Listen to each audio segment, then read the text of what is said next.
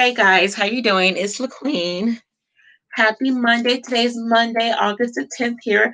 I'm coming live from Boston, Massachusetts. So I just want to go ahead and give you guys a shout out. Hello.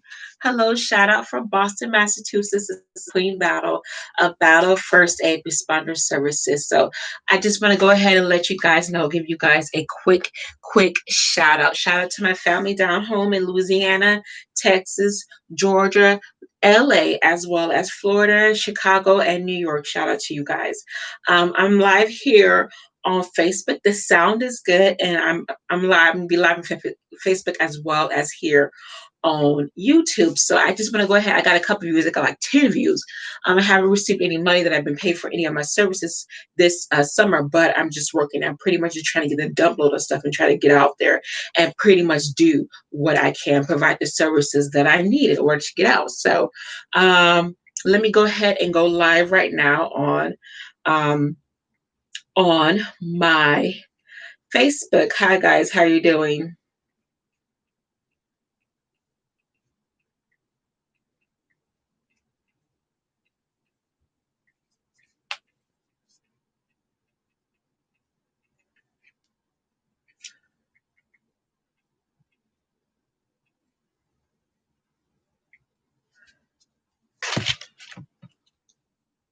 Okay, so guys, hey, all right, so I'm live here on Facebook as well as I'm live here on YouTube. So excuse me. I want to go ahead and give it a shout out right quick. I want to give a shout out to a couple of people. Shout out to my family down south as well as to our former First Lady, Michelle Obama. I just pray for blessings upon her life right now and healing as she is suffering through a lot of stress and turmoil in her personal life, as well as dealing with a lot of issues, political issues that pretty much her with her husband, former President Barack Obama, have to deal with every single day. So I do want to continue to keep Michelle Obama, former First Lady, honorable, because yes, she is a lawyer, honorable Michelle Obama in your prayers. Okay, all right. So First Lady out of Southside Chicago, woo woo. So I want to go ahead and keep First Lady Michelle Obama in your prayers. Okay. All right. Thank you. Okay. So guys, I pretty much want to get to the root.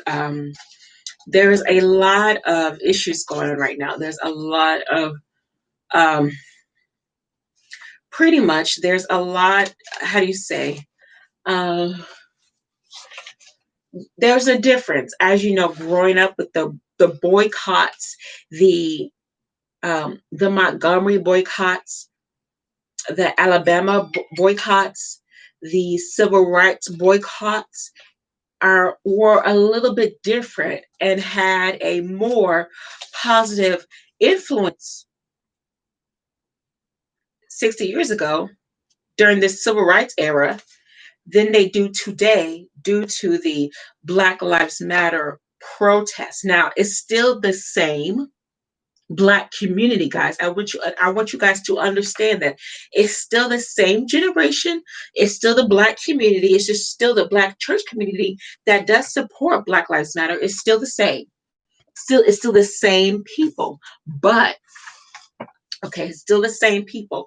But I want you guys to understand that the mission of the movement, of the civil rights era movement, the mission has completely been lost due to politics, due to money, due to whatever is lapsing between different people's lives. So I don't know, I don't care how long it takes. I pretty much want to get the point across, and I want to make it as clear as night as day.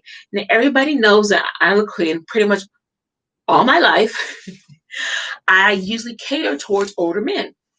Even in my 20s, even as a teenager, I've pretty much always dated men that have been 30 years older than me. Why? Because they show more experience and more maturity, as well as I was a little bit more mature growing up in my life. And that doesn't necessarily mean that they're more rich, but these men that I usually dated are more mature, more well-rounded is not that they are more abusive per se, but it's just that they are mature and they know how to handle their business. You guys got what I'm saying? They know how to handle their business. Now, most of the men that have been dated are very, very financially secure. Financially secure. So, especially the older men, they don't have apartments, they have homes, they have houses, they have careers, they don't have jobs, they have careers, they own their own businesses, as well as most of them are single with no kids. Okay, so that's usually who I date.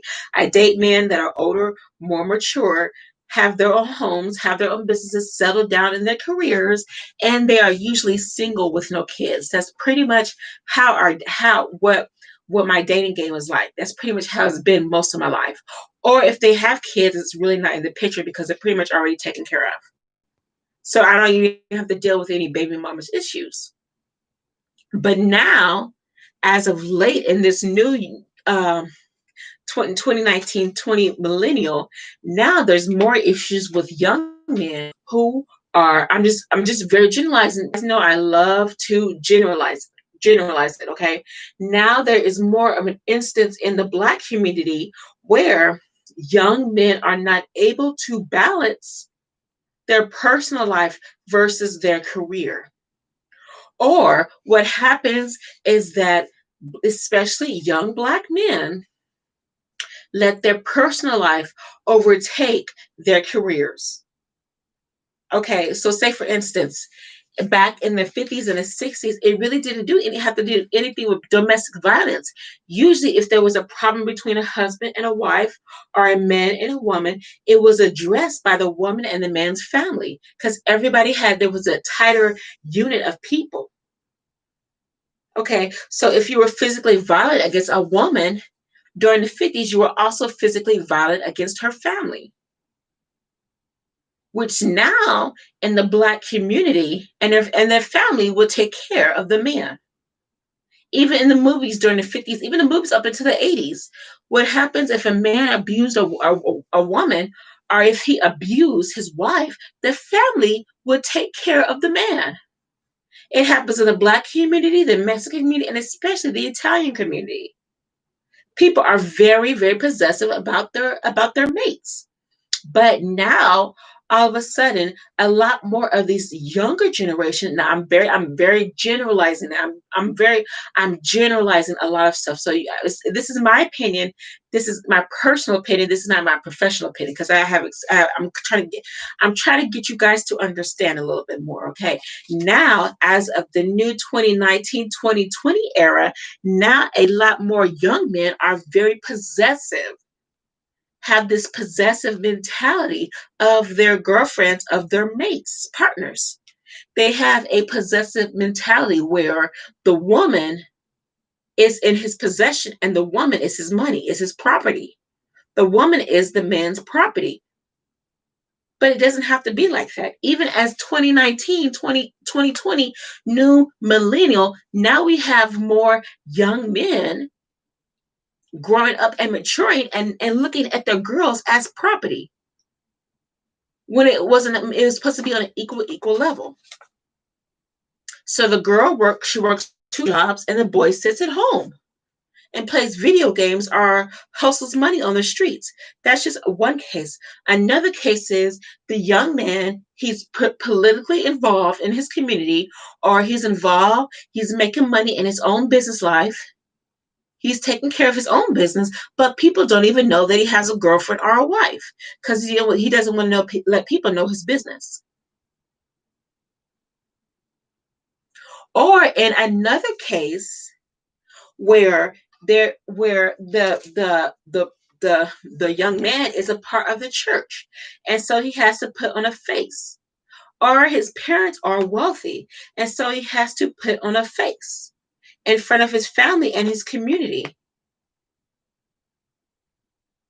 And so usually when people have to put up appearances, the girl usually suffers more abuse when people have to put up appearances due to the treatment from her mate. and the facade that he has to put on him or her in front of other people. So it's usually the female figure that takes the most abuse rather than the male figure, whether it's a heterosexual relationship or whether it's a homosexual relationship. It's usually the female partner that takes the most abuse because women are more weak. They're not their women are lesser weak. But I'm not necessarily saying that women are weak, but that's just the case. So the what happened the black family unit during the 1950s is different from the black family unit right now in 2020. I just want you hi to my 3 subscribers on YouTube. I just really want you to guys to clearly understand that right now it's 9 o'clock at night. I need to get out. Okay, I really truly want you guys to understand what is really, really, really going on. Okay, so the Black family unit is different during Martin Luther King's days, during Malcolm X days, during President JF Kennedy's days. The Black family unit was more united and more together. And so usually when somebody got in trouble with the law and the Black family, the family would take care of that person in trouble with the law. And usually what happened during the 1950s is somebody got in trouble with the law, the whole entire community would know about it. And so somebody from the 1950s got arrested by the police or went to prison in the 1950s. Usually what would happen, they would not be allowed to return to their hometown or return back to their families because their families, it was dishonor upon your family if you were accused or if you dishonored. It was dishonor upon your families. It was disrespect for a person in a Black community to be against law enforcement. It was disrespect. And that's what happened to a lot of freedom riders. The parents found out in cases like the freedomers. The parents found out that the kids were being politically involved with the freedom riders movement, and they were dating the Black kids were dating white kids, and therefore they were kicked out of their families because of the political influence. A lot of Black parents during the 1950s did not want their Black kids to have anything to do with interracial relationships. It was a no-no. It was a hush-hush because the KK was very, very loud and proud in the North as well as in the South during the 1950s. And integration wasn't passed until about 1970. People were still very much segregated up until the 1970, maybe 1975. Okay, so integration, Black and white relationships, it wasn't really passed up until probably 1960. Even though the law was passed about 1960, 65, still socially people didn't start dating, having white Black relationships up until the 1970, 1975, when the Vietnam War started. And that's where you had people in leadership like John F. Kennedy, who, as well as Lyndon Baines Johnson, who helped initiate the civil rights movement, also signed LBJ, signed the Civil Rights Act of 1965 into law. And then when Nixon got into office, then that's when more Vietnam era started. And literally people were forced to come out of their shells because there was a war going on, number one. Number two, kids were being involved with drugs and experimentation with other drugs, as well as there was more of a freedom of life going around. The culture was a little bit different. The kids were able to get out. Music was becoming the norm. The society was changing. People started watching more of the American Bandstand. All this music was widely available. Kids actually got out and started driving. There was more entertainment purposes around for kids to do. And the time started changing about 1962, 1965, up until 1972. The Jackson Five, all these musicians started changing their artistry and going more into a more liberal lifestyle, hippie lifestyle. And that's when the culture changed. Now understand, even though the culture of the hippie movement of the 1970s changed, people were more liberal, it still did not take away from the Black family unit. Even though there was a Vietnam War going on, and you had one part of the young people society saying we hate government. It wasn't the police, but we hate the government, we hate the president, and we hate the war. Let's be live, peace and love and happiness. There was one part of the young people movement saying we do not support the war, and there was the other part of the movement saying we are very conservative. We support the president. We support family initiatives, and we will fight and protect and defend our country. Okay, so it was still different, but again, understand though, the family unit was still the same. And that's what happened, especially during the 1970s. A lot of young people were ostracized by their community, were kicked out from their communities. Now, but it's still, they still had the Black family unit was still strong. The Black family unit was still very strong and connected together.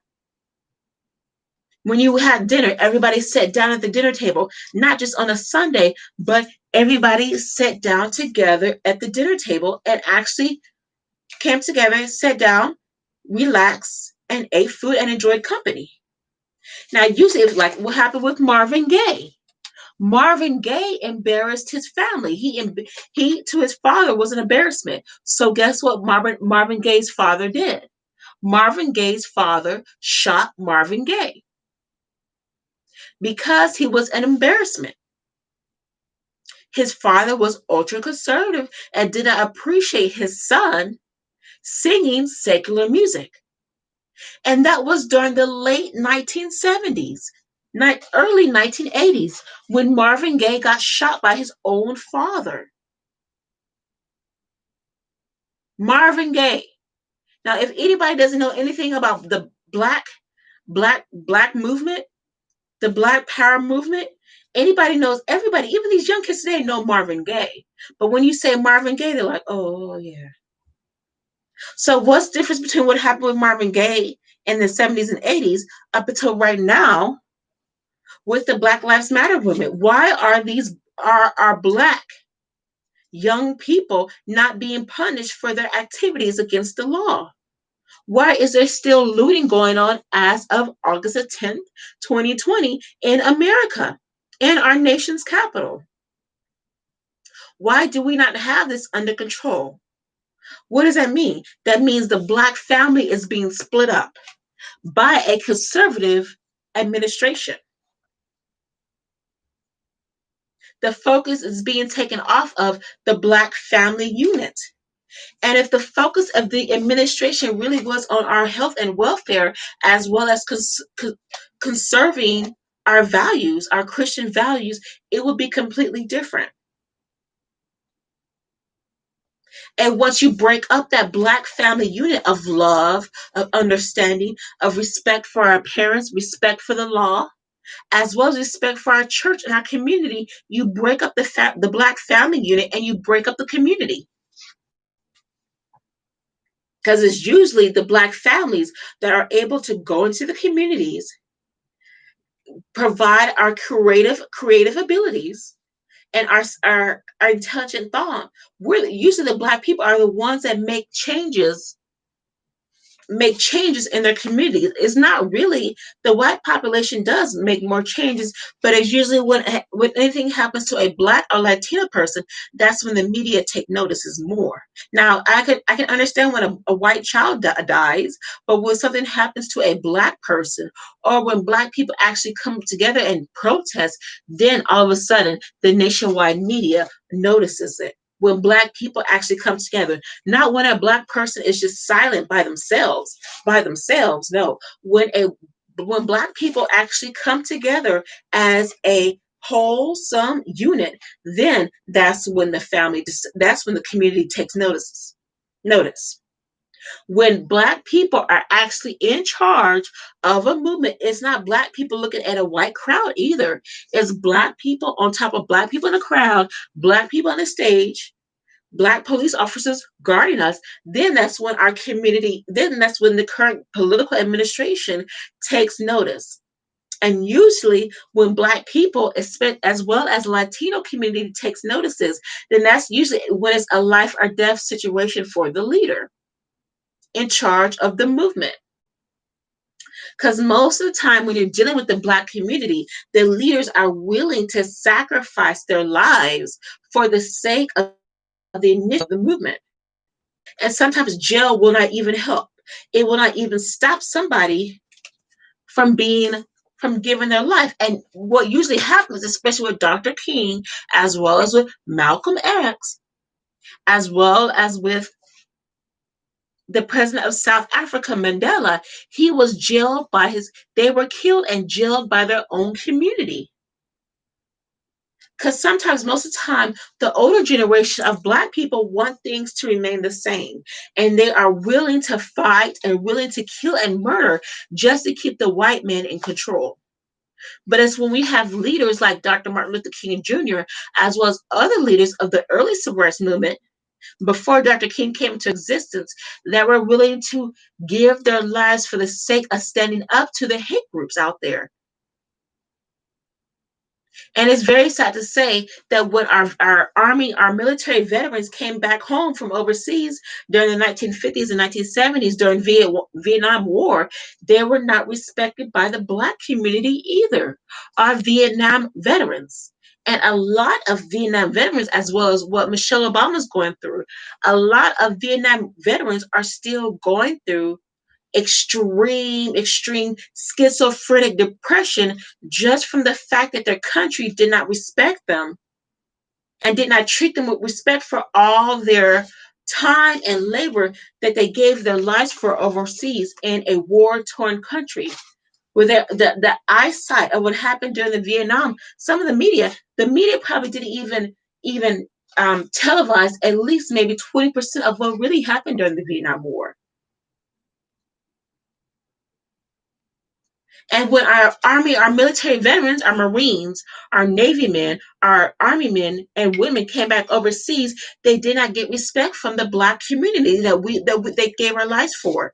And that's another part where broke up the Black family unit. It wasn't until the 80s when we had people on TV as well as in our community, as well as on the music scene, as well as artists out there that said, you know what? Let's paint Black people in a positive light. Let's stop talking about war. Let's talk about hippie. Let's stop talking about drugs and partying all night. Let's actually have the Black family come together as an educated unit. The Black family is educated. Black people are very intelligent. We're beautiful. We have long, beautiful hair. We come in different colors and different shades. We love music. We want to date who we want to date. We also date other people that share the same values as we do. We're intelligent. Our children are intelligent. Our teenagers are intelligent. Our teenagers are beautiful. We can sing. We can dance. We can, as well as we can become doctors and lawyers, which initiated the start of several wonderful Black shows, Black family shows during the 80s and up until the 90s and up until the early 2000 millennial. But guess what happened to a lot of those Black family shows? They were put off the air. Good Times, Family Matters, The Cosby Show, Hanging with Mr. Cooper, even Soul Train.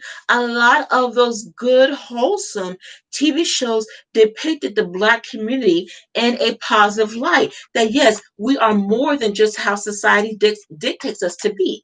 So how does the Black family unit of the Cosby Show, of of Good Times growing up in the ghetto and actually having a family rise up together, or the Cosby Show where the dad is a doctor and the mother is a lawyer. Yes, that is true. That did exist.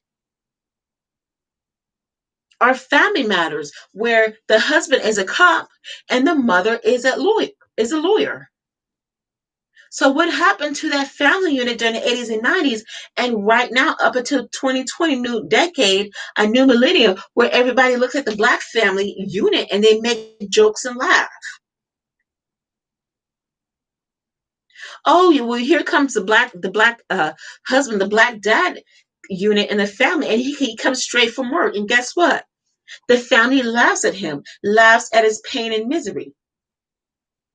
Yeah, you just came from work, okay. But they're laughing at the man's hard work and misery. The black family unit needs to change. It needs to change. Okay, so there's a lot of other things that we need to focus on that I need to go about doing. Okay, there's a lot of other things that we have to pretty much bear and have to challenge ourselves with. Absolutely, okay, absolutely. There's a lot more to talk about and to accomplish. There's a lot more to do. So bear with me, guys. I'm gonna have a sit down. Okay, there's a lot more to focus on and to accomplish, especially right now with what is going on with these Black Lives Matter rallies. Okay, these black excuse me, I'm really out of character. A lot of these Black Lives Matter rallies are out of control. They do not represent at all the black family unit. It's 9:30. I'm gonna get out of here, I promise tonight. These Black Lives Matter rallies do not represent the black family in a positive light.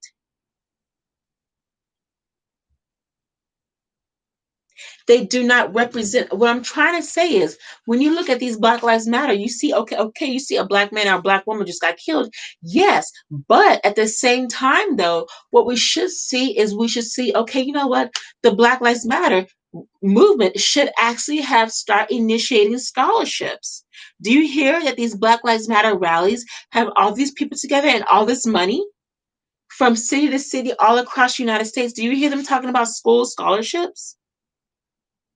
Do you hear these people on these Black Lives Matter rallies and protests talking about creating job opportunities for the black community? Do you hear people talking about creating job opportunities? Do you hear these Black Lives Matter rallies talking about voting registration, which is what the black community needs so much right now? The black community, we need more employment. We need schools to come out there and have people register for college, register for school. We need people to come out to these protests and have the Department of Health do free STD HIV screening. If you have the attention of over 10,000 Black youths to actually come together and stand and walk and march for hours and hours and on end, then you have the opportunity for other government officials to be there at the site and actually come together and take advantage of all that energy, that young energy, which right now the country is still in a downturn. It's still under quarantine. So what happened during now, let me get back to what I'm trying to understand. Now, what happened right here in the Wikipedia definition of a boycott, what it says is that a boycott can be a form of consumer activism, sometimes called a more purchasing. When people stop buying products from the community. And so not only does local community businesses suffer from the fact that people are not giving them their buying power, but the local city governments suffer too as well because they don't have those tax dollars coming into the community. But you know what?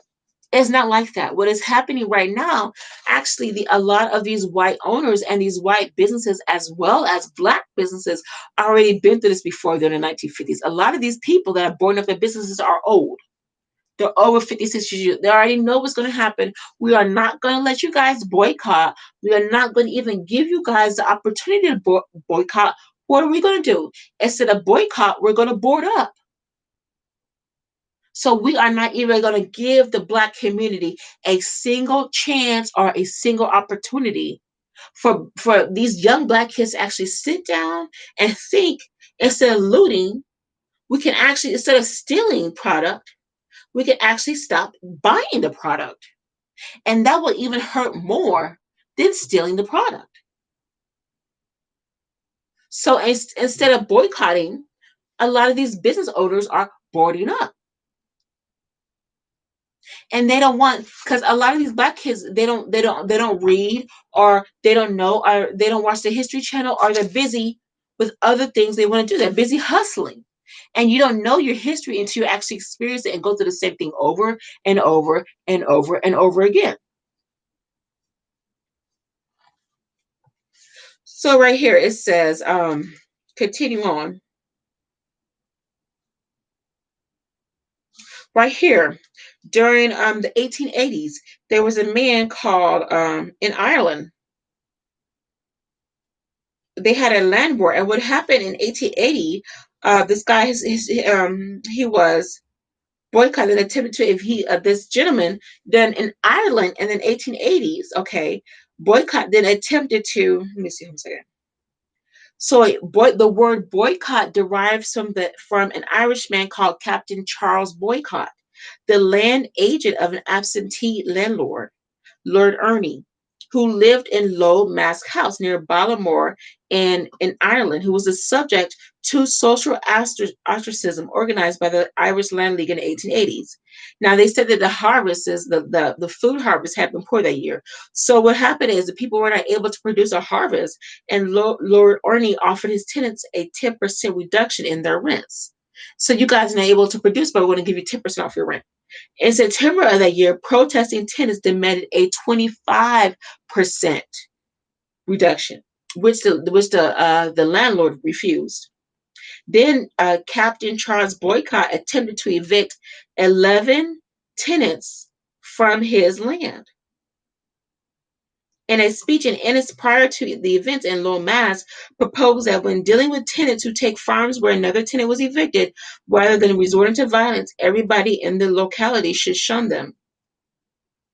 Then Captain Boycott, when the alarm was raised about the evictions, despite the short-term economic hardship to those undertaking this action, Boycott then found himself isolated. What happened was his workers stopped working in the fields and stables as well as in his house. So therefore, he didn't get food and he didn't get the service that he needed for his home. Local businessmen then stopped trading with him, and the local postman refused to deliver mail. That's what happens when people boycott. It starts happening on a national level. Now, there's a difference between a boycott and a protest. Usually, when people boycott, it usually starts. All you need is a small action, and then that small action is like a chain of events.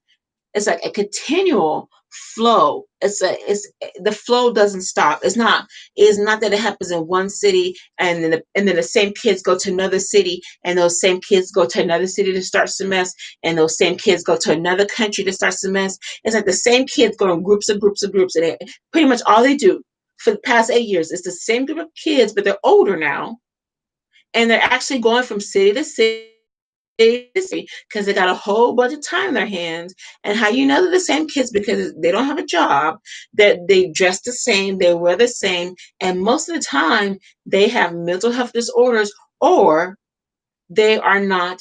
Um, you have to do a welfare check on them.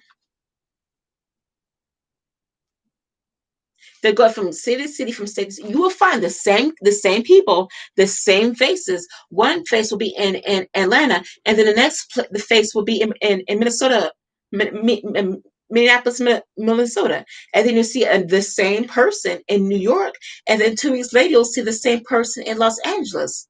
The very next year they do the same thing over and over again, and they make money. Some people make millions of money like that just by doing that. Or they just want to be like that. They want to be hippies like that. Like, it's ridiculous. But it's the difference between going from place to place and causing trouble versus actually starting an action, letting people know about that action, and then it's being on a continual chain. Like myself, I've been in the medical field, but I'm using my medical experience at different cities that I've been to, and I'm actually planting seeds at different cities that I've been to. I'm planting seeds with the community, as well as being involved in my community, as well as helping other people. Okay. So I'm being involved and making opportunities in my community. I'm planting seeds every single where I go. I'm not trying to start anything. I'm not trying to start any mess. I'm blessing. I love to bless people. I love to plant seeds in different communities, in different cities that I've been through, even though society, especially the church community, thinks of me as something completely different.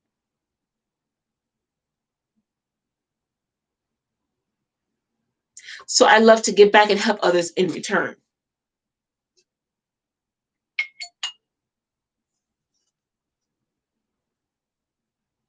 Here's a good example. I'm gonna give you guys a couple examples of the civil rights movement. The civil rights movement boycotts. Montgomery and Tallahassee bus boycotts. The United Farm Workers Union grape and lettuce boycotts. The American boycotts of British goods at the time of the American Revolution. The 1905 Chinese boycott of American products to protest the extension of the Chinese Exclusion Act when they were actually murdering Chinese immigrants here in America and sending them to concentration camps. The Indian boycott by Gandhi. Gandhi started a boycott and it helped change the world. When Gandhi started something, he had the movement behind the world to help change him. Gandhi. And that's how the civil rights movement started, from the teachings of Gandhi. The successful Jewish boycott organized by Henry Ford in the 1920s. The boycott of Japanese products in China after the May 4th movement. The anti-Semitic boycott of Jewish-owned businesses in Nazi Germany. It's different. It could be a positive boycott or it could be a negative boycott. The Arab League boycott of Israel and companies trading with Israel. The worldwide boycott, division, and sanctions campaign led by Palestinian civil society against the state of Israel. The global fossil fuel divestment movement described by Desmond Tutu, former prime minister, former he's a former the bishop of one of the churches, as an apartheid style boycott to save the planet, and considered to be one of the biggest boycott styles campaigns in history. Now, usually what happens right here in the just basic general Wikipedia, it says a boycott is typically a one-time affair intended to correct an outstanding single wrong when extended for a long period of time or as a part of an overall program of awareness raising or reforms to laws or regimes. A boycott is part of moral purchasing, and some prefer those to economic or political terms. Now, most organized consumer boycotts today are focused on long-term change of buying habits and so fit into a part of a larger political program with techniques that require a longer structural commitment. Blah blah blah. It's talking about changes to financial markets. That's not really what it's about. It's not changes to. It doesn't have anything to do with financial per se. This who wrote this Wikipedia book. Boycott really doesn't have anything to do with financial. No, what a boycott is a movement led by community leaders telling our government that we will stop giving you our tax dollars if you don't change your habits. And you really, even with the church, that's what it has to be. That's what it has to be. It has to be like that because the black church right now is very silent on the issue of the Black Lives protest. The black church, which is one of the most powerful leaderships for the black community. And if the whole wide black church, all these pastors would, not just the mothers of the Black Lives Matter movement, but if the pastors would come together in every single city, literally would come together as an organization instead of having young people lead the movement, they would actually have pastors lead the movement. Then that's when kids would actually start to notice a little bit something different. We need to actually sit down a little bit and let our parents, let our older people take control. Because obviously a lot of these young people do not know what they're doing. They do not know that time is of the essence. So are you gonna let one person write what the definition of a boycott means? Are you gonna let a white person define what we have lived our lives for? Or are we gonna have defined a boycott what it means for ourselves? It means having fire hoses sprayed in our faces, burning our skin, fire hoses, as well as dogs, police dogs, biting off our flesh, being hung as an entertainment in the open air, where over hundreds and hundreds of people watch one black man being hung and use it as entertainment and make a funny movie about it. Take pictures. They stand in circles. They take pictures of a black man being hung and they laugh and eat. They sit down and eat and enjoy looking at a black man that just has been lynched. They literally will sit down in the street on a table and have at a restaurant and actually look up and eat while a black man is being hung or a black person is being hung. That's what entertainment was like back then in the 1950s. They were usually gathered together in the thousands. The whole city, the whole community will gather downtown at the local city hall, and then the judge or the town's mayor would administer the last rites to that black man or that black woman and tell that black woman that you have just disobeyed the law. And the local townspeople would get together, have balloons and music, tons of music all around, drums drumming in the air. They would have tons of music playing, kids running around, people even singing and dancing and watching a black man being hung, watching him gasp for his life. They will be singing and dancing and eating and enjoying themselves and laughing while a black man's neck has just been broke. That's what lynching means. Lynching is not necessarily a single person event. When you lynch someone, it is a party. It's called a lynching party. We're going to have a lynching party. So usually when people lynched, when black people, Negroes got lynched in the 1950s, they would usually make a newspaper announcement about it. The local townspeople, the local mayors, they would come together and publish it in the town's newspaper. We're going to lynch a nigger today. There's going to be in big bold letters. We're going to have a lynching in big bold letters in the town newspaper. People actually would get dressed up, put on their best outfits, usually white, put on their top hats, and watch a black man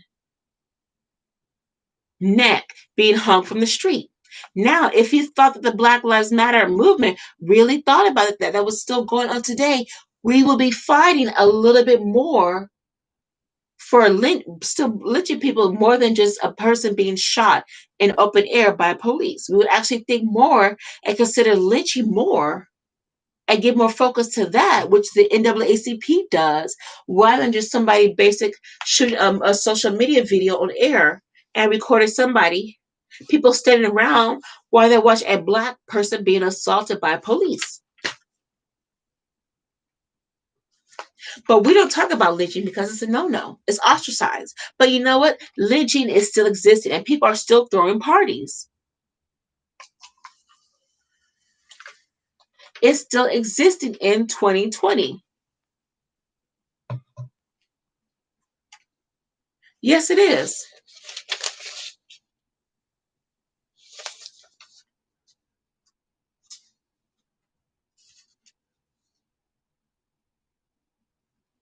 Who wrote this article? Because it's talking about its focus on long-term changes in buying habits. Oh my God. Who wrote this? Who wrote this Wikipedia article? It must have been a white person. Who wrote this? Because this is not what a boycott means. Obviously, they must have got this from a book.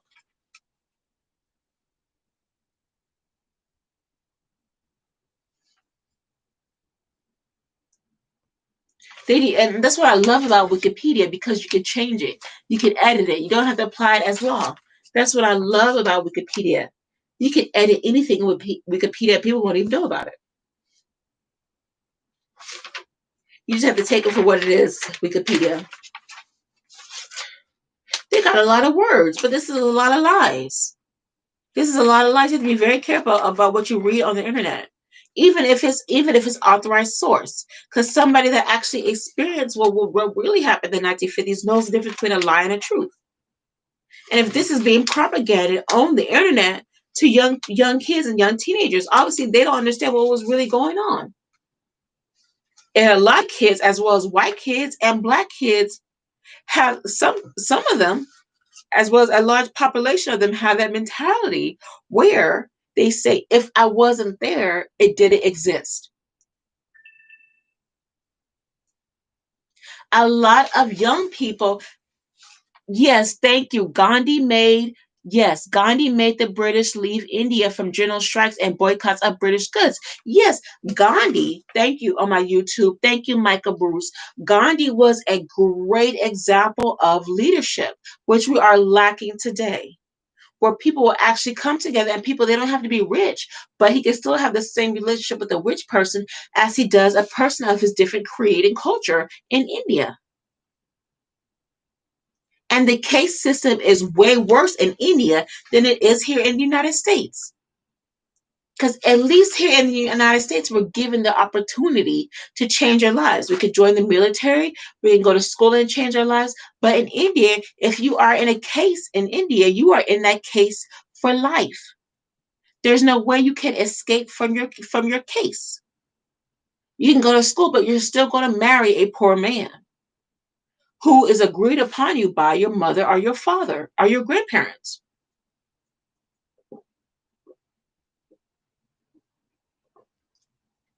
That's in India.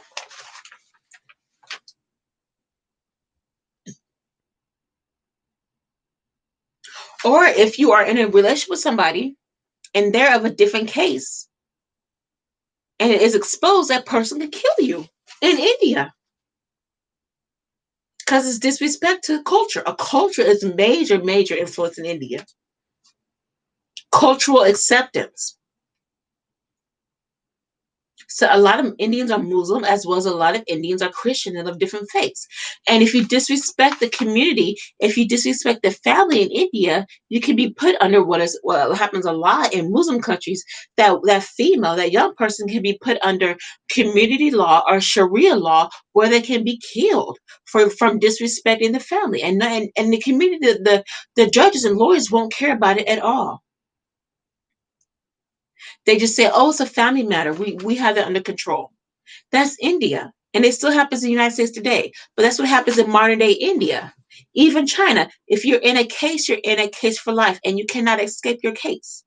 No matter if you move to a different part of the city, people will still know you by your case, which is your class. It's not necessarily meaning you don't have the opportunity to still go to jail and go to school and get a good job. What it means is that usually that person has to marry somebody that has been from their same hometown, from their same community, and that person's parents and that other person's parents have to have had a longer established relationship for their children to come together. That person usually has to have a strong relationship, or what happens, especially in the Muslim community, that those both families have to be accepted by the mosque, and they have to have a good relationship with their local mosque, and it has to be approved by the leader.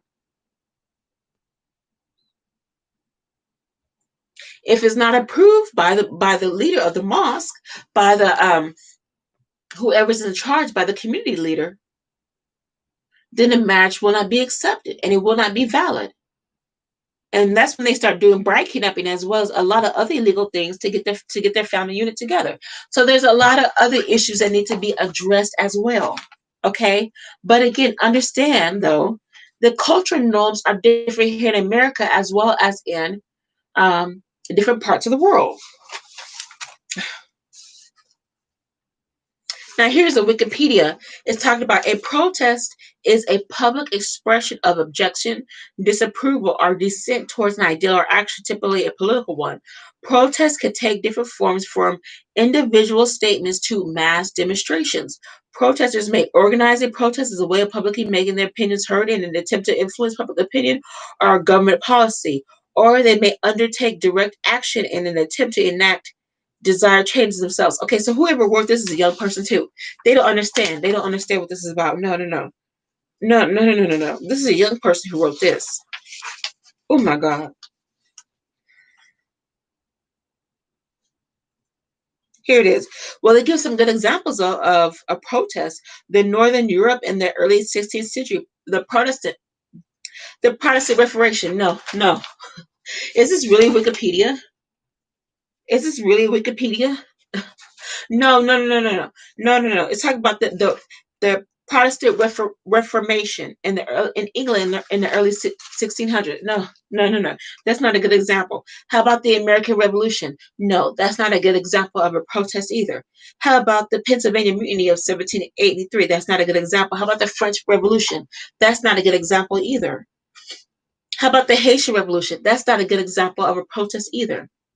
Now, here's a good, those are not good examples. Usually, a protest is a temporary measure where people come together as a community, as a culture.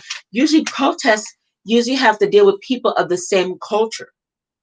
They're the same culture and they're the same age. And there is something that they have a disagreement with their local government about, or not just a government, but their schools. They don't have access to education. So they're protest about that. Or especially what happened in Spain. A lot of the young people in Spain came together. A lot of the college students in Spain and China came together and protested against the government for the lack of the cost of high quality education in Spain. And it was on the news.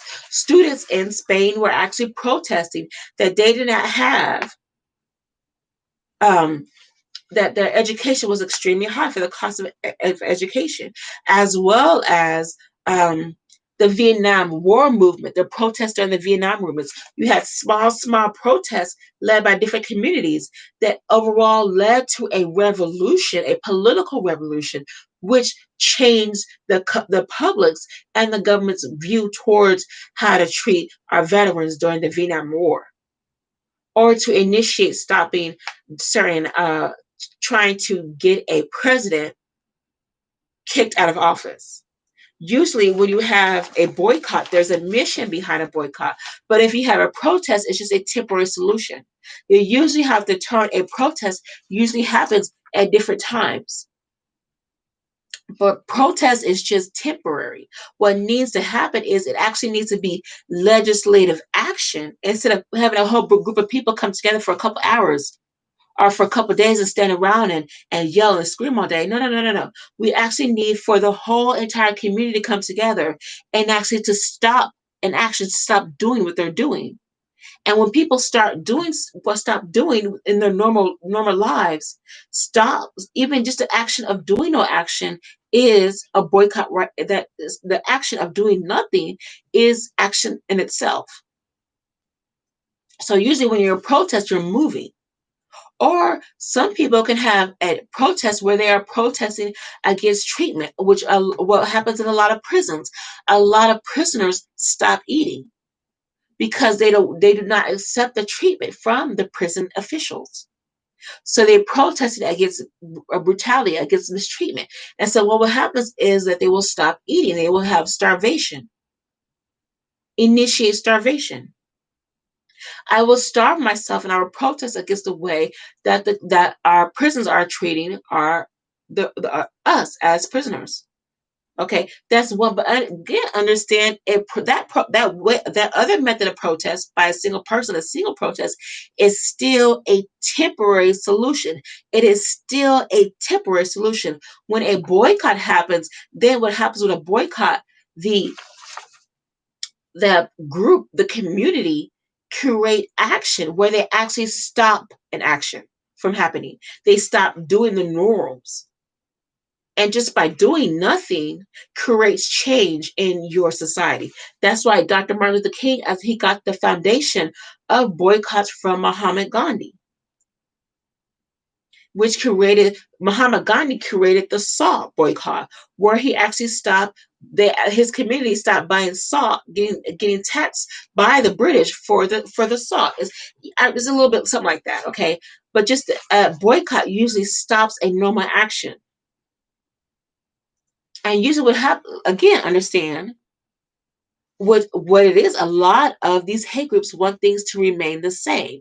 They want us to do the same thing that we've been doing before and still get paid for us living in our own misery.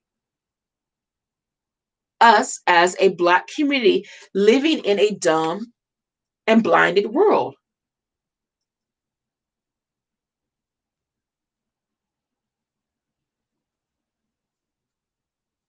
The Black community is dumb and blinded. If they would actually stay at home, because right now we're going through a COVID-19 crisis, just by staying at home is a protest right there.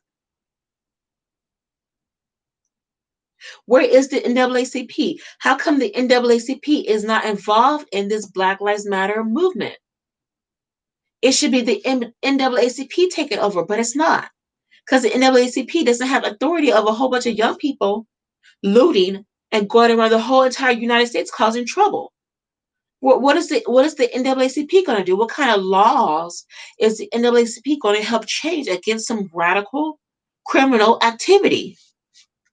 What does the NAACP do? Because the NAACP sees, because usually what happens when that organization is involved, they have lawyers and judges and congressmen to back up the legislative change that these young generation wants to make.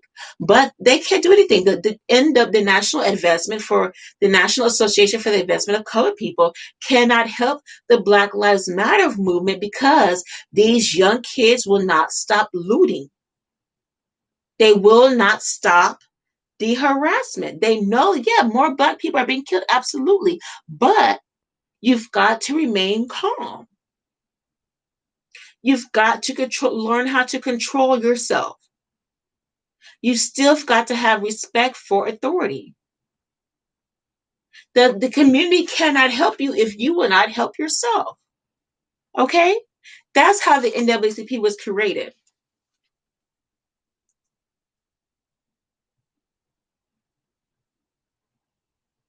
The NAACP won't stand there and right in front and actually let themselves be maced and beat up by police. No, they will leave when they see the sign of it going to happen because they know that this rally and this temporary protest is just for today.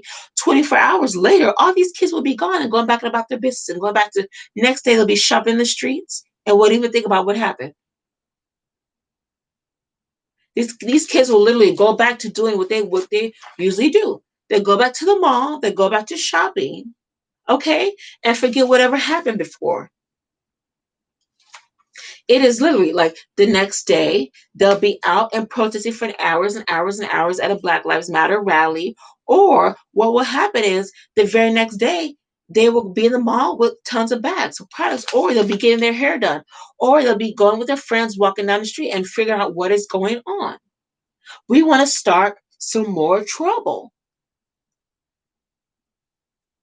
And when they start being involved together, then that's when they start trying to cause more trouble because they don't know what their parents fought for. Their parents fought for them for the ability to have cheap clothes, to have cute clothes. Their parents worked for them to be able to have a roof to sleep over their heads, to be in a clean and a safe community, to not have to be shot by KKK people in their neighborhoods, to not be in a gun infested neighborhoods. The parents worked hard for that. In cities like San Francisco, Los Angeles, Chicago, parts of New York as well. New Orleans, especially these families fought for their kids in order to be have what they want to have, and now all of a sudden you have these young people that want to be actively involved and they have so much energy. They go to the protest, they get all excited, and then when they don't have that time and energy anymore, they go back the very next day. They have a whole bunch of energy, and now they're breaking into stores and looting again because they got so much energy, and they don't have the leadership above them to actually figure out what do we do. We have so much energy, we have so much time in our hands. There's not going to be any school this semester. What do we do? You guys got to continue the movement, but you've got to do it in a respectful way and have respectful action about it at the same time.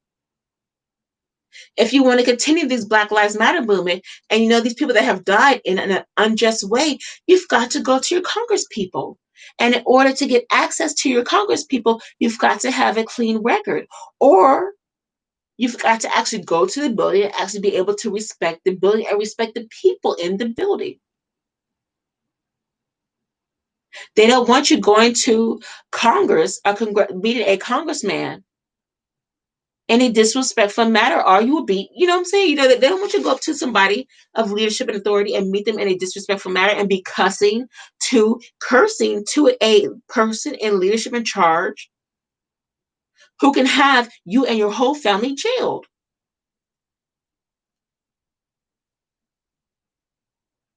It doesn't work like that. It needs more leadership. The leadership from the older community has been through what a lot of these kids don't understand what's going on. They just have so much energy and they're taking it too personal. A lot of these young kids are taking this issue. What I'm saying is they're taking it in a external way, personal. Like, oh my God, I'm crying, but 30 minutes later, you're gonna stop crying and go about your business. Why? And then you're gonna get over yourself. The very next day, you're gonna cry some more. And then usually when you're cry, it leads you to change something in your life. But right now, these kids are not changing anything. What is going on? The Black Lives Matter, all these protests are not creating change. They're creating just a whole bunch of mess. It is low. It's really low because usually the Black community are the ones that help build up society.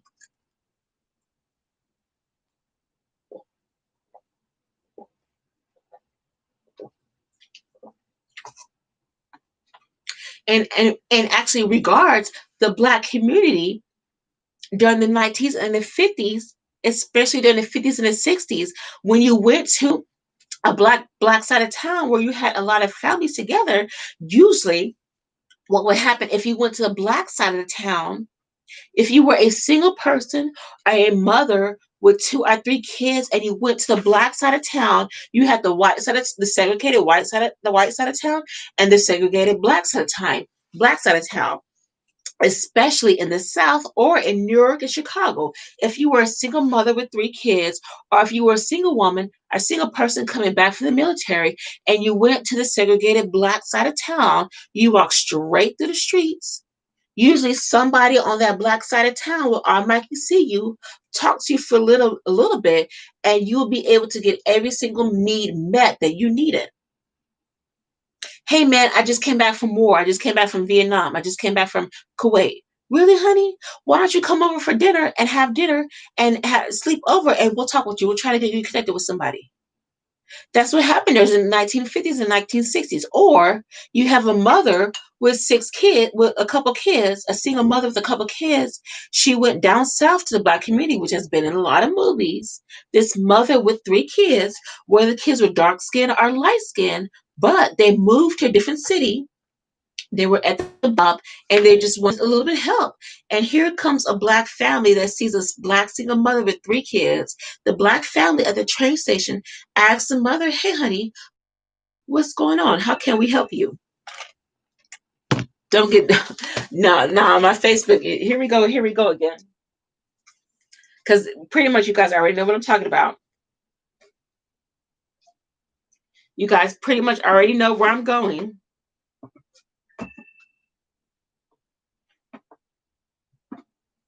Okay. I'm going to go ahead and finish it. My phone is going to be dead. All right.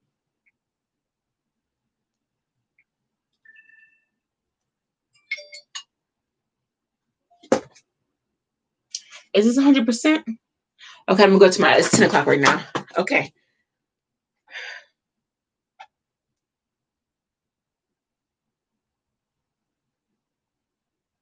I really want you guys to understand how the Black community has changed, how the Black family unit has changed.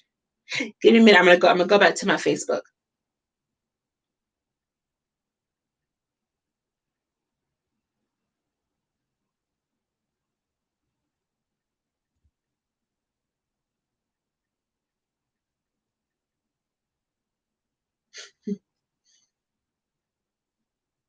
Trying to get back on my Facebook again.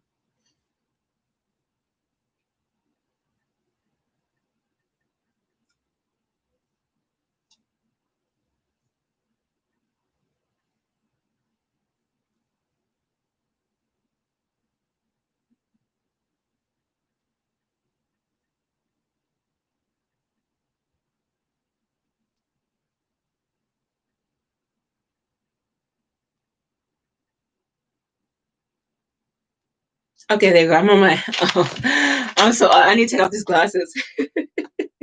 Okay, here we go. Okay, you guys. Now Facebook Live is back with me. Okay. Yes, I got three people. Hey, three people. Okay, so here's what happened, especially during the 1950s and even before the civil rights movement, even during slavery, even a little bit before or after slavery, even during slavery. What happened is if you had a single mother, black mother with three kids, or you had a man that just came back from the military who was just got deployed and he was came back from war, what would happen is that black man or that mother would actually sit at the train station and would just sit there and wait because they were single and that they were alone. Now, right now in 2020, I've said it so many times, it does not work because of old school. But what would happen in the 1950s, usually there would also be somebody, a black person or Negro at the bus station, and that Negro would be catering towards the needs of the white clientele. And if that Negro waiter or the Negro bus boy saw a black person at a bus stop by themselves, immediately that Negro bus boy, that black person, and tell that black person, hey man, come with me for a second. You need to get out of the way. You need to get out of public view. What do you need, man? What do you need, man? Oh man, I just came back from the military. I just came back from war. Okay, man, you know what? Ho, go over here for a second. Wait over here for a second. I'll help you out. Just sit here and wait for a little bit. But we need to get you out of the white man's view. Or we need to get you out of the eye of the law. Because if the law saw a single black person by themselves, they would put that black man in jail, and the very next day they would have him lynched. That's how serious it was. So, or the Negro busboy would see a black mother with three kids by herself at the bus station, and he would go up to that mother and say, "Yes, ma'am, how are you doing today?" The mother would say, "Oh, I'm fine. We're just new in town. We don't know what to do." And the busboy would go up to the mother and say, you know what? What CC3? Are you serious? What year was this? This is during the 1950s. I'm just trying to give you guys a general overview. This was the old school way. Okay, old school, how black families are connected. Usually, what would happen is there would be a bus boy, or there would be somebody at the bus station or a bus terminal that would be able to give service for that black family. Okay, no, you're fine. CC3. Oh, CC3. You're fine. Don't worry about it. And so, usually, what happens if a black person was automatically in a white people's presence, automatically a Negro person would go straight to that black person, okay, and would get them out of the hands of violence. Or if that black person was alone for a little bit of time by themselves, a crowd of white people will come around and ask that person, "What are you doing and what's going on, honey? What are you doing, honey? What's going on?" "Oh, ma'am, I'm fine. I'm fine, ma'am." "Okay, honey. Why are you here? What are you doing? Do you need some help?" "Oh, let me get myself, ma'am. I'm fine, thank you." And that black person would have to leave. Okay, so usually what would happen during the 1950s, okay, which this happens to me to all the time. What would happen during the old school ways, before even during Dr. King's time, The Black community always catered towards the needs of the Black community. If a Black person, a Negro, soldiers came into the town automatically. They saw him walk, a soldier walking down the street. They would get a family would come together and they would throw a party for a Black person coming from war, or someone would go straight to that soldier, take his bags from him, and get him into the house quickly to be fed and bathed and taken care of. Or what would happen, especially a soldier would be coming home from war. Okay, you guys get what I'm saying? And it would, and all of a sudden a truck would drive by, and that person, and usually the man in the truck would say, "Hey, Sonny, do you need a ride? Where are you trying to go?" "Oh, sir, I'm just trying to go back to my hometown to my folks." And the man would give him a ride back to his husband, white or Black. They would give him a ride back home for free, because it was just that much respect upon society. Or especially in the Black community, they see a single mother walking down the street with 3 kids in her neighborhood. Okay, a truck will come on by and get those kids in the car, even if the truck was crowded, like in The Color Purple, like in a lot of gangster movies. Okay, they will put the kids and the mother in the back seat, and then you have another person ride on the top seat. People will also crowd in as much as they can and do as much as they can for their mother and her kids. And then the mother and kid will become part of their own family until the mother was able to get a job and the kids were able to be taken care of. Even during the slavery times, Black community took care of the Black community. If somebody will die or if somebody got lynched, guess what? Somebody would come straight from out of town and get their mother out from out of town and get her immediately, get all her belongings and her family to move straight up out of there. They wouldn't wait around and look at her like, "What are you trying to do? What's your next thing to do?" No. They would go straight to her and literally get her, come together. They would all have a meeting together with the mother and the family, and they would come together and they will figure out a way to silently move from their town because their son or their husband just got lynched. So we need to figure out a way to get you guys to get you the freaking out of this town because your son just got lynched in public view. Guess what? A boy just got lynched. Do you think his mother is hanging around the town square? Hell no. A boy just got lynched. His mother is in another part of the country.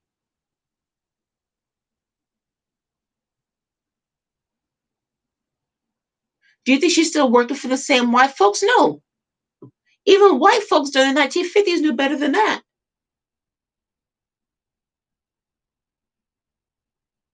A mother's son just got, Emmett Till's mother saw her son. What happened to him? Do you think Emmett Till's mother stood around in that town for a little bit? No, she had to get help.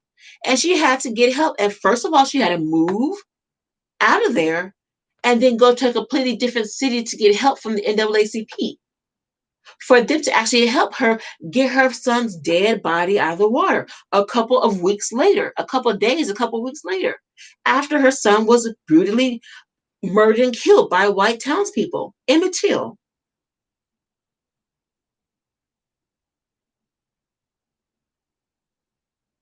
I think I got it right. I hope I got the right person's name right. But what I'm saying is though, the Black community, there you go. Thank you, CC3. Again, the Black community came together. And do you think that the Black community, if a son just got lynched, a lynch in public view of over 1,000 white people in a town square having a good old time and partying, do you think the Black people would come together from different sides of town and would actually have protests against the white people that just killed a Black Negro boy? No, absolutely not.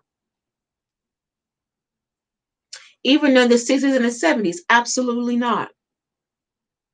Those black people had to get some white governors and some white people in charge to figure out what is going on in our city and in our hometown. There's KKK everywhere. It's not just one black mother, it's a whole collection of black mothers coming together.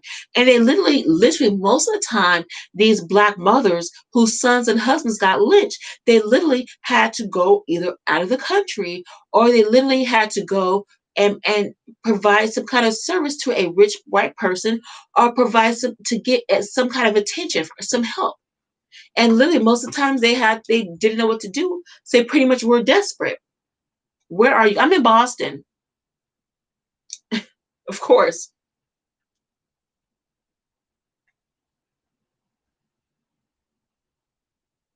Like in New York, of course. Like in DC, of course.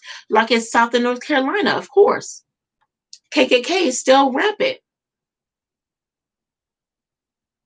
It's still very Southern hospitality.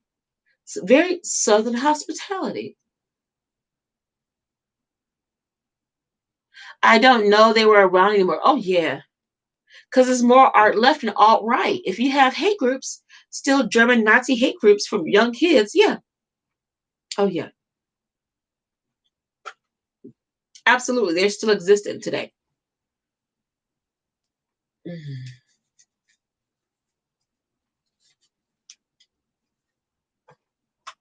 Absolutely. Yeah.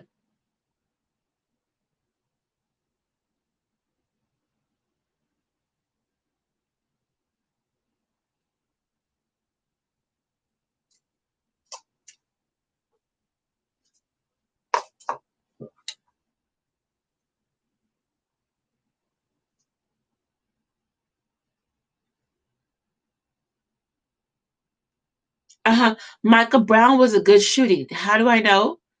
Because Darren Wilson was investigated by three agencies, including Eric Holder, cleared three times. Well, it's probably okay. Yeah, the KKK is still very rampant in American society. It's sad. It's very sad. It is very sad.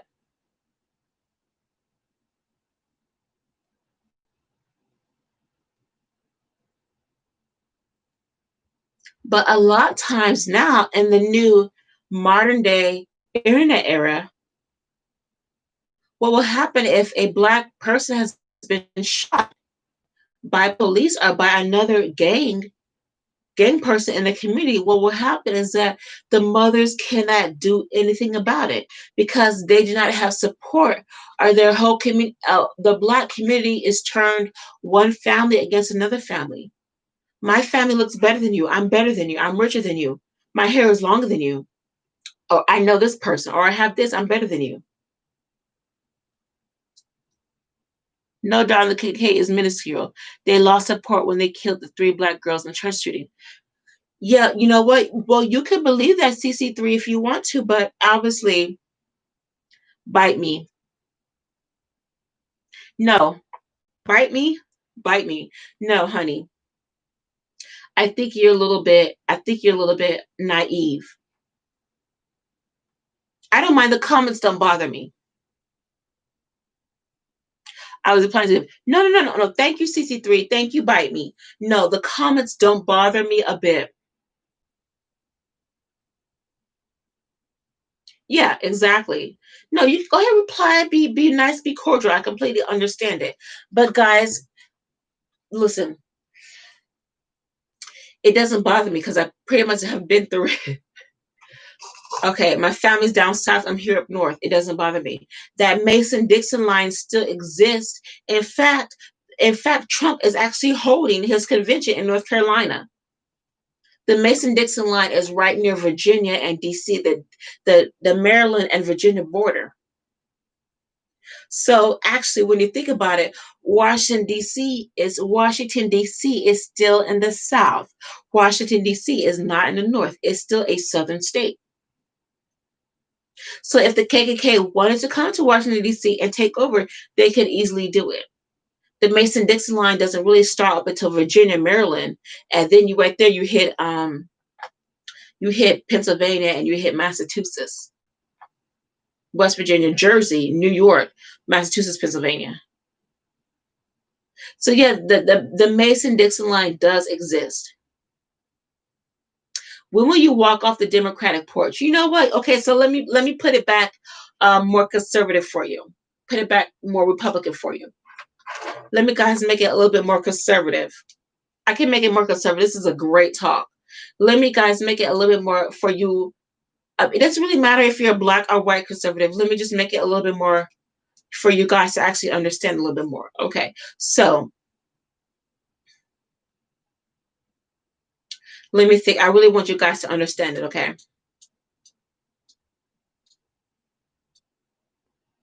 Okay, let me get a good example. So, okay, here's a good one. Military. Military. Absolutely. Guess what? The KKK does not support the military. But what does the military do? The military is to honor and defend the Constitution of the United States against all foreign enemies, domestic and international. The military defends the government of the United States. Now, a lot of military officials were leaders of the initiation of the United States. Now, I'm not talking about Democrats were conservative first and the Republicans were liberal. Everybody knows that. Everybody knows the meaning of Democrat and conservative is all mixed up. Democrats were white and Republicans were black. Everybody knows that. Our Democrats were anti-slave were for slavery, and Republicans were against slavery. Everybody knows that. Everybody knows it's all twisted. Yeah, that's normal. That's normal. But what I'm trying to get you guys to understand is that you are so consumed with hatred, you are impervious to the truth. Okay, you know what? Go ahead, go on, no, come, please. It doesn't bother me. Come bite me, please. Democrats own slaves. Lincoln was a Republican. Yes, there you go. Now you get it. Hold on, I got you, but come on. Hold on.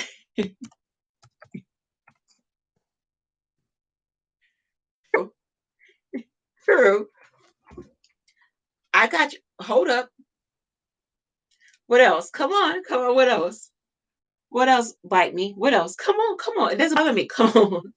I got you. What else are you gonna say? That is true. That is true. But understand, during that time, though, the meaning of different Democrat was Democrats at the beginning of the American Revolution were for the European Parliament, so they honored the Queen. They honored the democracy of the English family, of the English royalty. They were for the rights and honor Her Majesty. Now, Republicans wanted to let me give you guys a true meaning. I need to make sure that we get the clear understanding about this.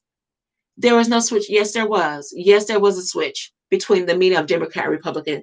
Yes, there was a switch because you need to actually do your research. Whether you're a white person or a black person, please understand me. There was a switch. Hold up. Hold up. It's I already know. I have 4 degrees. I have 2 degrees in liberal arts and philosophy and history. Even if it's in Spanish, I do know world history. I got you bite me. Hold on. Hold on.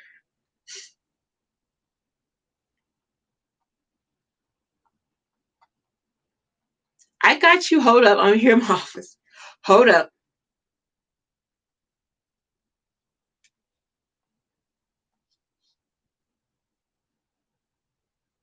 I got you. Myth. See the black professor Deanish interviewed. Okay. What is Deanish's first name? Is he African or is he just black American? Is he okay?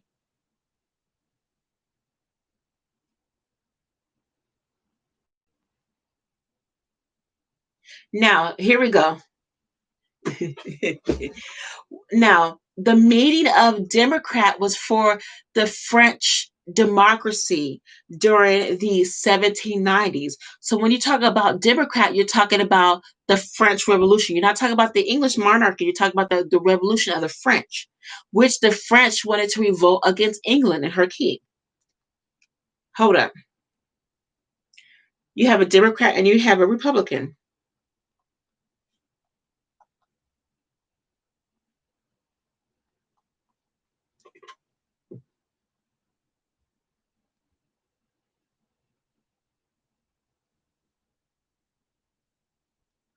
Now, right here, I binged it. Okay, yeah, Denise de Sosa was an Indian. He was Indian. What part of India was he from? It doesn't matter if he came illegally. You need to know your stuff. No, you are a little bit misconstrued, honey. If you're going to call somebody an Indian professor, you need to know where they were from, especially if you're talking about Indian history. No, The United States is not a democracy. The United States is a constitutional republic. Oh my God. Okay. Republican means a person advocating or supporting a Republican government. Okay, a member or supporter of the Republican Party. And what Republican means, I just binged it. It says a form of government constitution belonging to a characteristic of a government home state. Let me get the definition here by Merriam-Webster's dictionary. You know what bite me? I love it. I love it. It really doesn't bother me. I'm a history fanatic. I'm not talking about Indian history. You must be living in a bubble. Yeah, I'm living in a bubble. But you know what? It doesn't bother me. Because sometimes you got to live in a bubble and get outside of your bubble to actually figure out. You got to compare the two.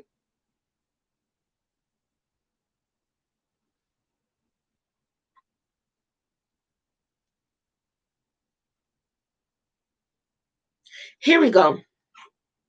Definition of republic by Merriam-Webster's dictionary. There you go, CC3. All men are created equal, and ladies too. Hey, we have some flaws, but we are trying to honor everyone as a nation. Just take it off. Great, I love that. Great.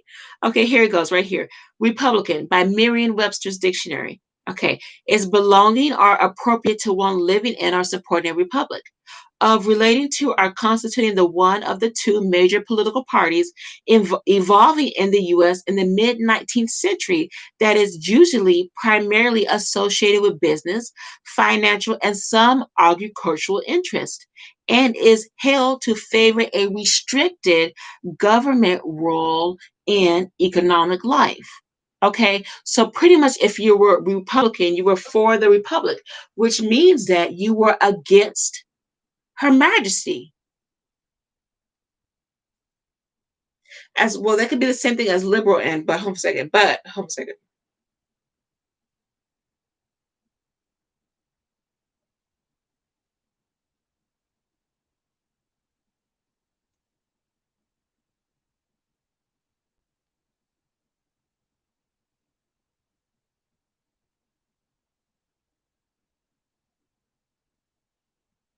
Give me a minute.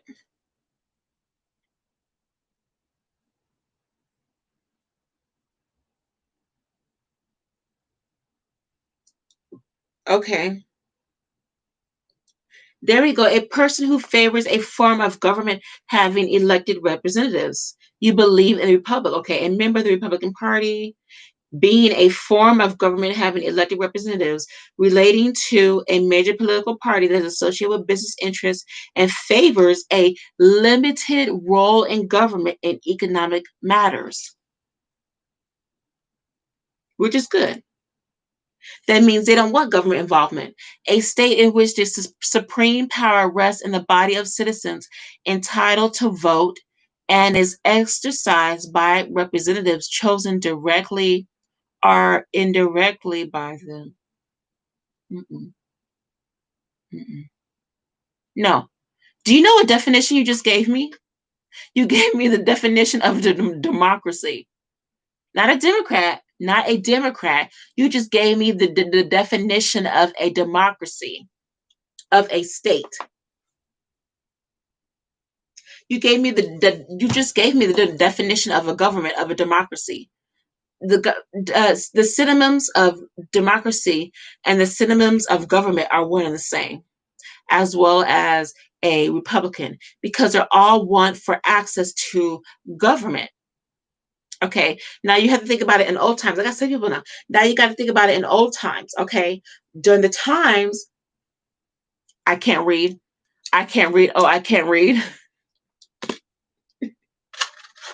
Yeah, I need lashes. A good exercise is to kind of do a debate, even for yourself. I'm biggest complainer. I need eyelashes. Even by yourself, try to make an argument opposite of your beliefs. If you can make an argument for both sides, it will put you as a solid centrist. Okay. Okay. Well, okay, we could do the definition of 1800s Republican Democrat, or we can do the modern 2020 new millennial, new decade version of Democrat or Republican. Which one do you want to do? Guys, give me first. Do you want to do the American Revolution definition of a Republican and Democrat, or do you want to do the new Black Lives Matter, Obama, Trump, Bush, Clinton version of a Democrat and Republican? Which one do you want to start with? Do you want to start with the Bush era version of a Democrat and Republican, or do you want to start with the Clinton version era of a Democrat or Republican?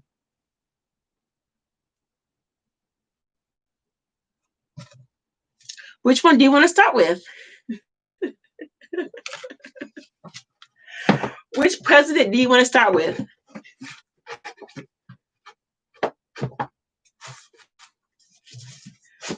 Which president do you want to start with?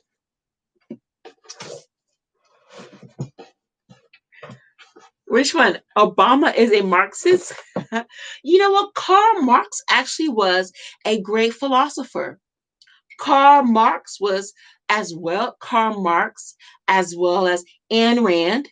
Ayn Rand and Karl Marx was a little bit before Ayn Rand's times, but Ayn Rand was a 70s philosopher who had pretty much the same philosophies and the same belief upon a government. It wasn't just communism. No, Ayn Rand wasn't a communist. Ayn Rand was a very intelligent woman, a very intelligent, thorough. She's like Phaedra Detoxfi. Yeah, well, molested is not a good word. Let me get my Google.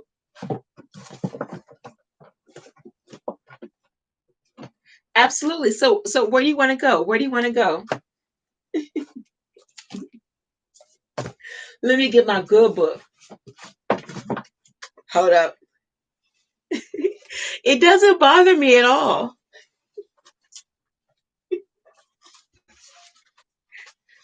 Huh?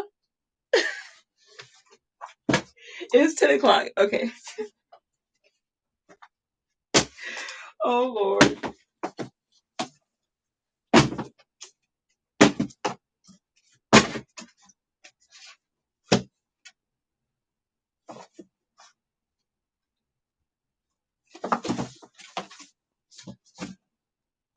Let me get my good book. Karl Marx was a loser that lived off his father's money until his father cut him off. Then he was supported by yeah. But you're not getting to the philosophy of Karl Marx.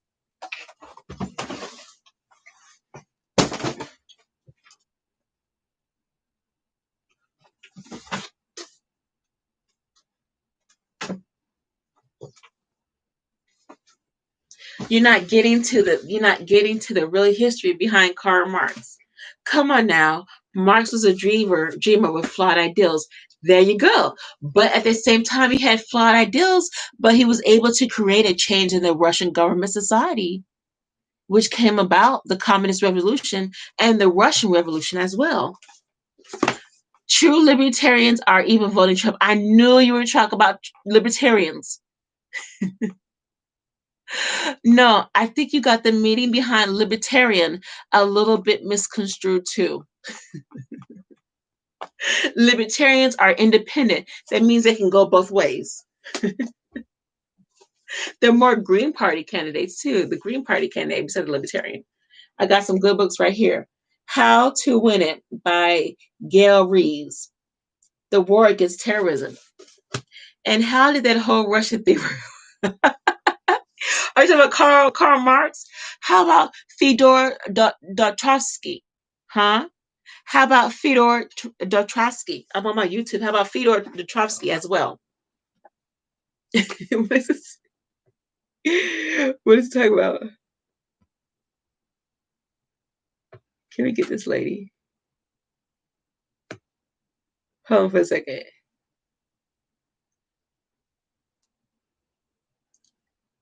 Who else? And how did the whole Russia thing work out?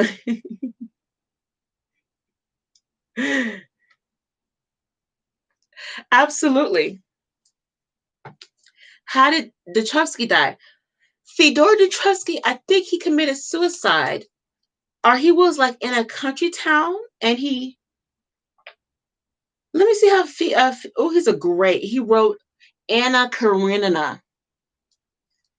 Fyodor Dostoevsky wrote Anna Karenina. Hold on, hold on.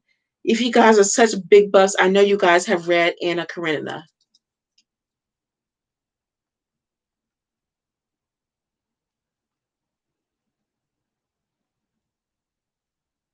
I know you guys have read Anna Karenina as well. I think Anne Rand died of cancer. Hold on, I'm looking up how Fyodor Dostoevsky died. Yeah, he was poor. I think he died in a mental hospital. Hold on. He fled to Mexico City and an agent killed him.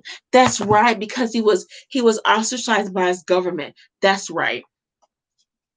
Yeah, because he did go to Mexico. The American political thought. How many Trump supporters, 2020 conservative Trump supporters we got? Do you know what an apostolic is? Bite me? Pronounce Dostoevsky. Yeah, whatever. He's still Russian. How many Trump supporters do I got? I want to pull out my magic weapon. Hey, no idea how old you are, but I got to tell you, race relations was way better in the 70s, 80s. Absolutely. How many Trump supporters I got? I'm going to pull out my secret weapon. How many Trump supporters we got? I'm going to pull out my secret weapon. Raise your hand. You're either Biden or Trump. Raise your hand. I'm supposed to be a nonprofit. You're either conservative or liberal. Raise your hand. I'm conservative. I'm liberal. Shows. Oh, you want to see my magic weapon?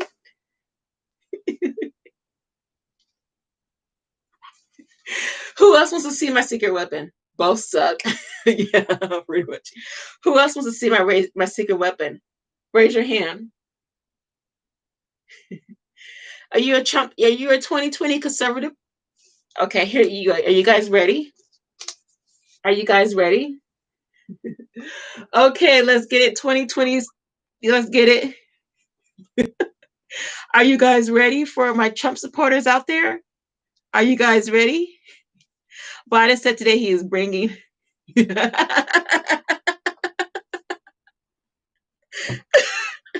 Are you guys ready for my secret weapon? Okay, you Trump supporters, 2020, here we go. Wow, there we go. 2020 Trump supporters. Okay, 2020 Trump supporters. I knew it, biggest complainer.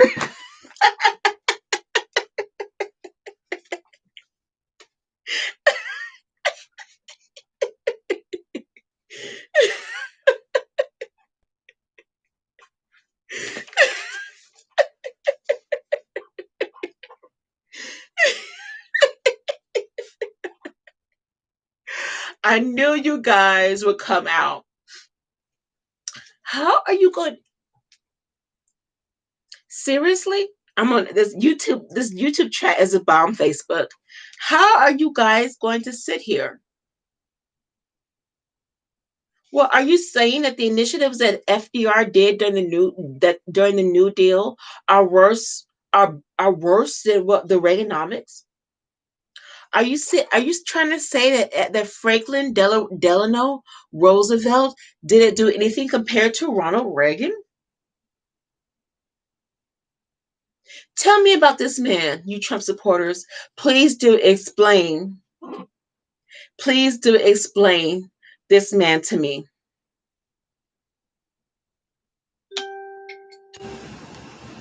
Please, you Trump supporters, you guys who are fighting for or against Black Lives Matter, tell me about this man. Who was he? This dude right here. FDR was a socialist. Well, okay. He was a socialist because he wanted to initiate better social programs for the American public.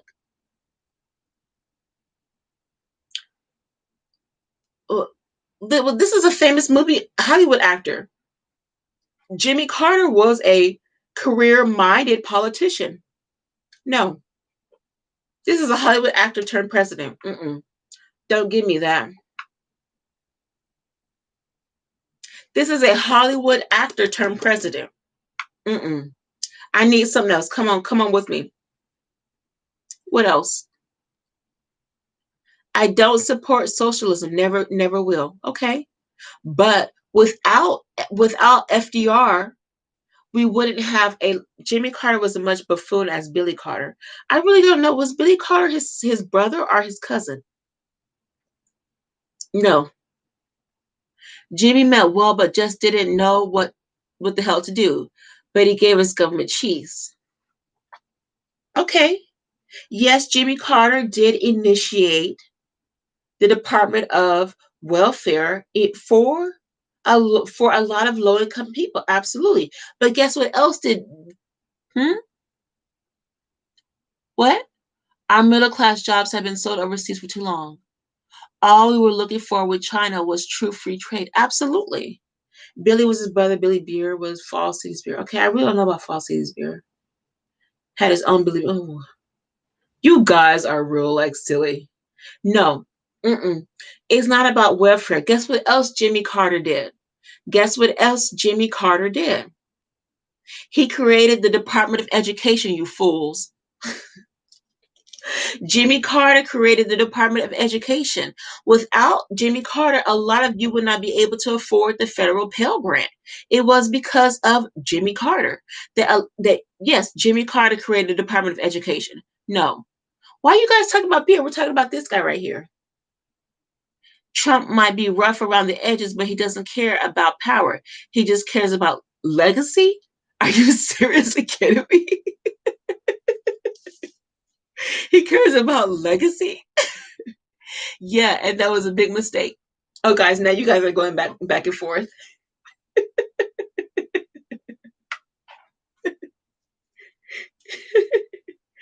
Okay, Facebook, join me on YouTube. I'm on YouTube. I'm having a great chat with a couple of people. Uh, hold up, YouTube. Hold up, guys. Please don't forget the initiatives. Continue to watch me on my talks, as well as continue to update me on my webinars as well. Okay, I'm gonna go ahead and get it shut to you guys on Facebook and connect with me on YouTube. Just go to YouTube, Google Battle First Aid Responder Services. Love you guys. Bye. Huh? What? Ronald Reagan was a great POTUS, but he pales compared to Trump. Well, tell me more about this man. What else? Yes, and that was a big mistake. He also went out to Iran. Ironic, they released the hostages the day Reagan took office. Are you self-described as a conservative? Well, because I'm in the medical field, I have to be non-biased. But that doesn't mean that I am non-biased. What it means is that as a African American person, and I have both Mexicans and Black people in my family, as well as Native Americans, as well as white people. Investigation patient in more media slander on the history, and believe it or not, he's just a your slide type. Oh yeah. But you would be surprised how many Black people down south are ultra conservative since our current commander chief has taken office. Absolutely. I know you guys love this man.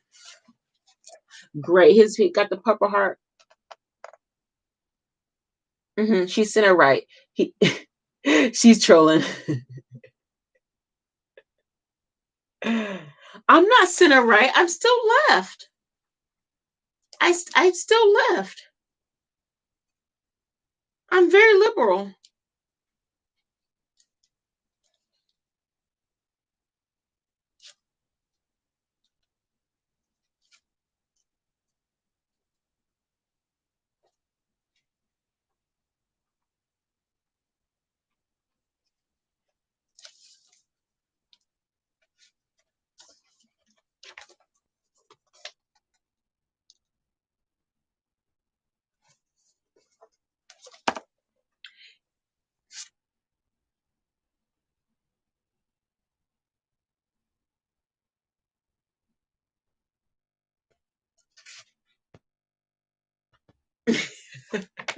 Huh? The black family was nuclear.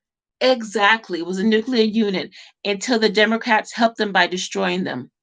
You should debate with Candace Owens. Yeah, Biden will be too far left for you. Really? I can't drive 55.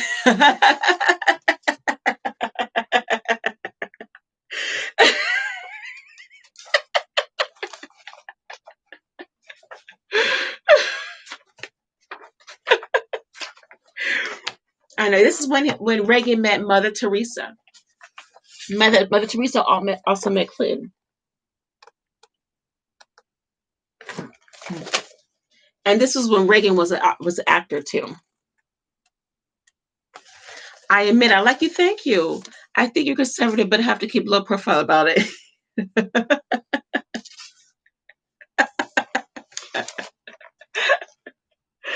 There you go. Ford, Carter, Ford, Ford, Bush. Wait, who's that? Carter, Ford, um, Nixon, right? Nixon, um, Ronald Reagan, and that's Bush. That's a nice line there. Yeah, that's Bush, and that's Nixon. Yeah, Nixon. Nixon. Yeah, here we go. Yeah, here we go. Nixon, Ford, Carter, Reagan, and Bush won. All conservative except Carter. He was the only conservative. Ford was conservative too, but he was Nixon was right after LBJ. You realize if some liberals you knew you had the book, you would be in doo doo. It doesn't bother me. It does not bother me. My black family down south is very conservative. I would be surprised. Hey, Daddy, I'm going to vote Obama. Really? Hey, Daddy, I'm going to vote Hillary Clinton. No, you're not. You're going to vote Trump. No. This was Reagan with Princess Diana. But who the administration that was really with Princess Diana was it was when Princess Diana alive. I think her best American president it was Clinton. I think he had better relationships. Yeah, Bill Clinton had a better relationship with Princess Diana. Was he alive with Princess Diana? Socialism is the path to communism. Make no mistake, it can lead to communism. But again, communism is still government controlled. Socialism is class controlled. Communism is government controlled. Exactly. There you go. You realize that? Yes. Yes. Here we go. Communism is government control. That means what happens is the government starts limiting. People cannot go outside the values of the government. The government wants everybody on the same common level. That's why it's called communism because the government wants everybody on the same common level. So if everybody gets the same check from the government, no matter if you work in a factory or if you're a doctor, you still get the same check in communism. And that's why people are running for their lives. They are literally working their whole lives in a communistic society on the same pay grade. A specialized medical physician, is on the same pay grade as a car mechanic in communism. Bill and Hillary Clinton are the two biggest criminals ever. Mm-mm. Clinton tried to have the best relationships with any females he ever met. Yeah, Linda Tripp. And Oprah Winfrey. Bill Clinton had a great relationship with Oprah Winfrey. Oh yeah, Oprah loved Bill. Oh yeah, they were great best friends. Oprah loved Bill Clinton. Oprah loved Bill Clinton. Here we go, Princess Diana, Ronald Reagan.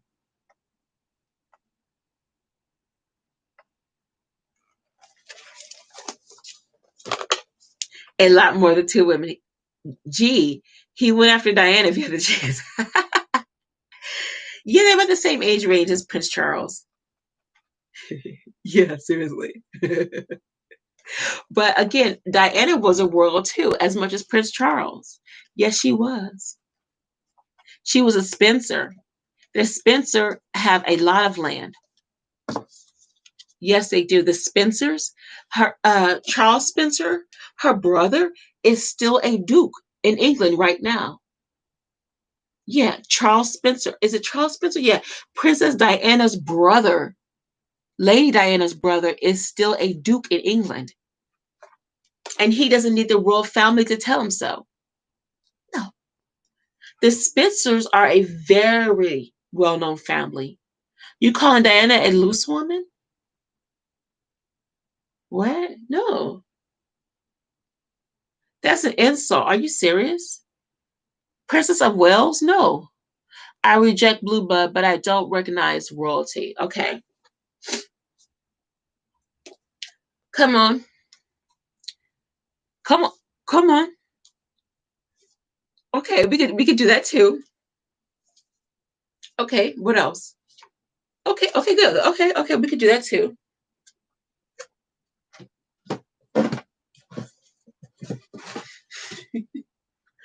Okay, but God created kings and queens for a reason. It was up until 1770 when the United States American Republic was established. The United States, the American Revolution wasn't established until 1775. No, you don't understand anything about royalty. You don't understand anything about royalty. And it's not even about British royalty. You just don't know the meaning behind royalty at all. You are confused because royalty doesn't have anything to do with money. Royalty has to do with acquisitions and land. A person is not royal by money, they're royal by land. You got to understand that. A royal person, they don't have just political power or financial power, they have land ownership power. Okay, Queen Elizabeth is queen for a reason. Her Majesty Queen Elizabeth II in England is queen and head over a whole bunch of nations for a reason because she is one of the biggest land owners in the world. Queen Elizabeth owns more real estate in the world than anybody in history has ever, except for King Samuel. King Samuel in the Bible was wise for a reason. King Samuel in the Bible was one of the richest men that have ever existed in the Bible.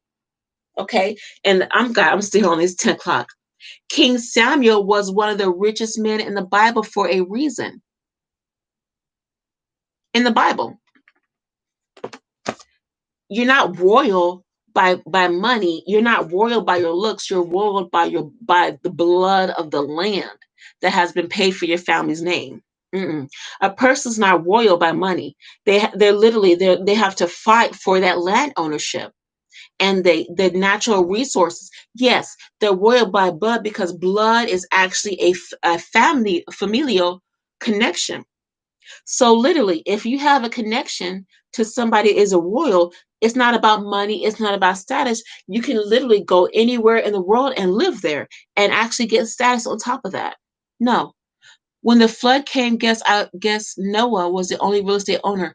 Technically, yes. There you go. Now you get me. So did they call him King Noah?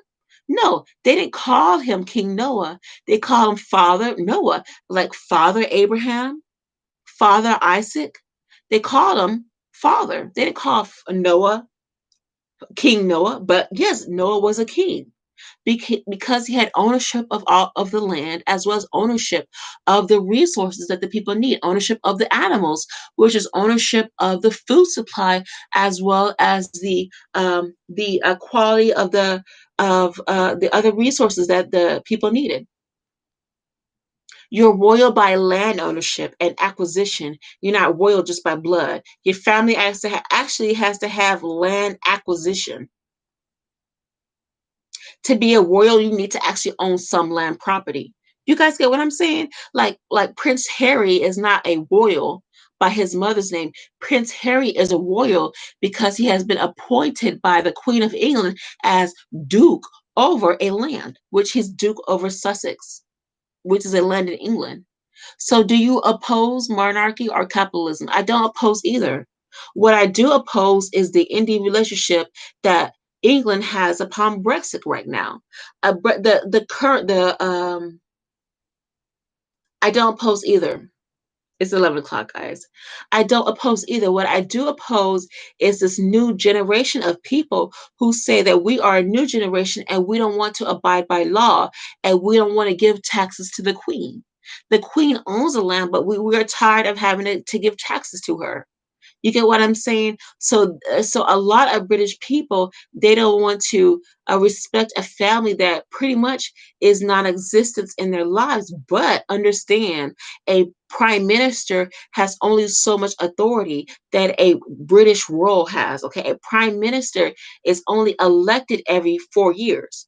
A British royal is royal for life, as well as a American Supreme Court justice. They are an American Supreme Court justice for life because they were elected into office. Like as I was talking about, look at my other YouTube videos. If you either royal by three things, okay? Look at my other YouTube videos because I did this, okay? Let me type this up for you guys. Let me type this up for you.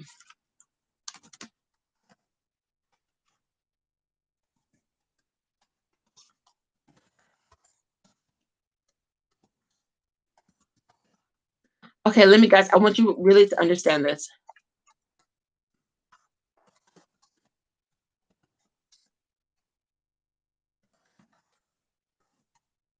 You want me to twerk for you? Let me tell you, okay, because I want people to really understand this because it's more than just Prince Harry marrying a black woman named Meghan Markle. No, there have been there right now there are black women all around the world that are royals that are married to rich, wealthy white princesses. Yeah, or you have black African royalty that marry white women. hmm let me tell you this: you are only a royal person by three characteristics. Okay,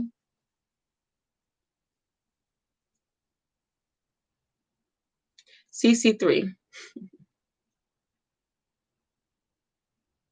I think not right now we don't pay enough attention to the strides we have made as a country. In election year, and the Democrats are like drunk uncle at Thanksgiving time.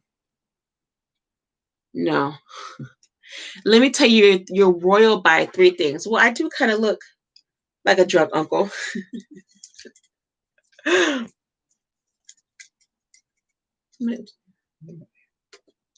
Okay,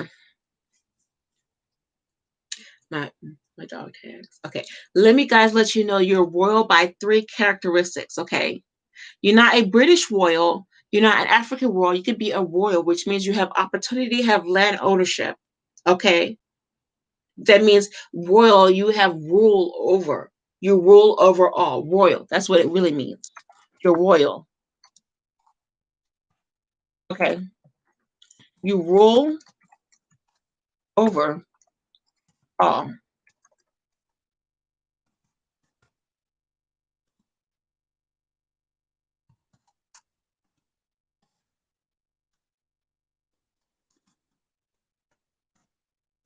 Okay. You're a royal. You have rule over all. You're royal all. Rule over all. You're royal. Because you have rule authority over all that have possession of your land. Let me tell you, huh?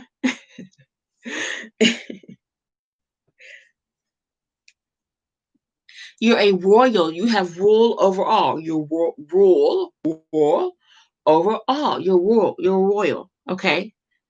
People understand that. And also at the same time, they are government officials. They are government officials. They are mandated by the government, by law, by their constituents that they are government officials. Yeah, they're government as well as supreme beings over the land. Oh, God, it's 11 o'clock. Huh? What? Look me up, you'll find me. Okay, let me give you three characteristics for a royal. The first, you have to be you're royal by blood. You're royal by blood relation. Number two, you're royal by adoption. Either a king or queen adopts you into their family, or you are royal by conquest. Okay, you guys see what I'm talking about? Especially in the Bible, if somebody have conquers over that land, that means they have authority over their land. So they are still a royal because they just conquered the land and all its inhabitants. Royal. King David. King David conquered many men in his time. That's why they called him King David. King David is a good example. King David is a great example. Number one, he was adopted by a king as a young boy. Number two, he was adopted, and number two, he had to go back in his time. And yes, he was related to Isaac, Abraham, as well as Isaac, Abraham. I think the men in the Bible, as well as King David was royal by conquest. He conquered many lands. Yeah, there you go. Now we talking.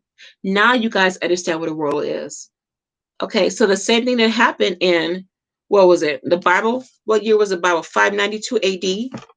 Was the Bible 592 AD, right?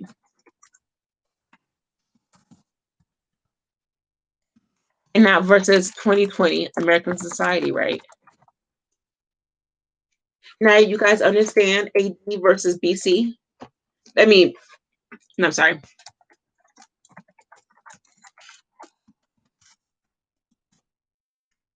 Now you guys understand a little bit of the difference? No, that's not what currency means.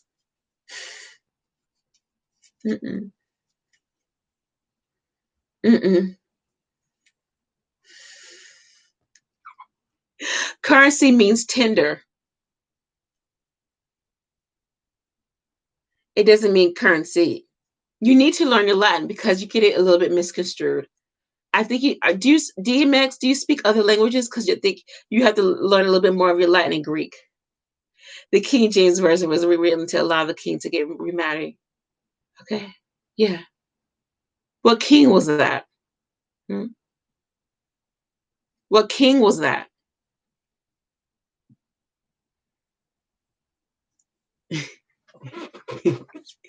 What king was that? DMX. What king was that?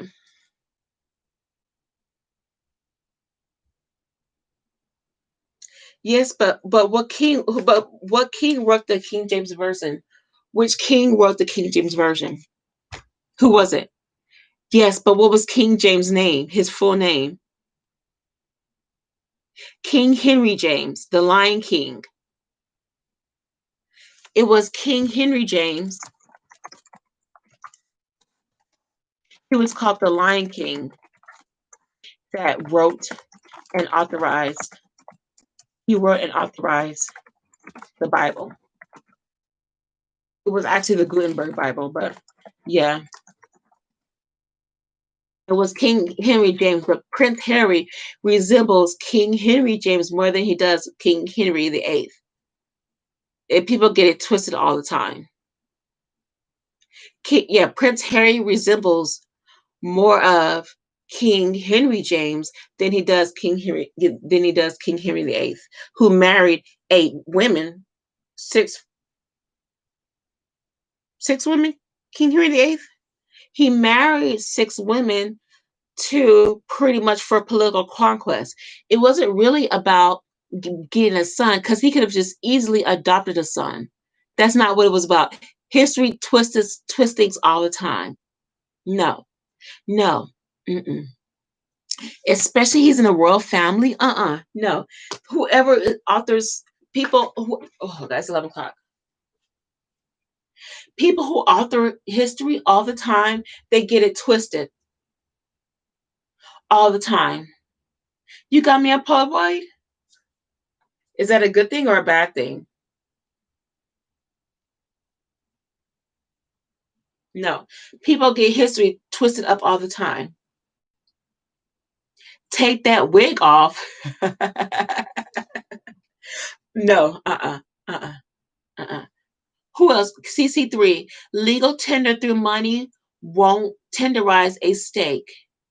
However, you can buy a better cutoff steak with legal tender. A faction of the Church of England. There you go. In January 1604, King James convened the Hampton Court Conference, where a New English version of the Bible was conceived in response to the problems of the earlier translations perceived by the Puritans.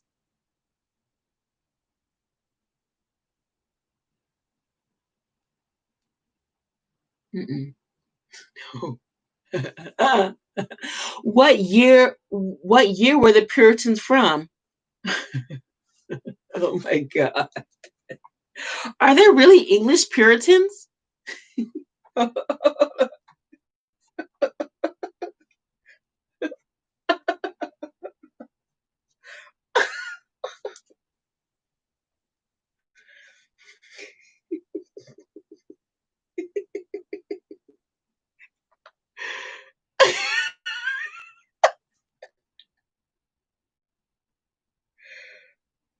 No, no, no. No, the Puritans are under Queen Elizabeth, not under King James. No.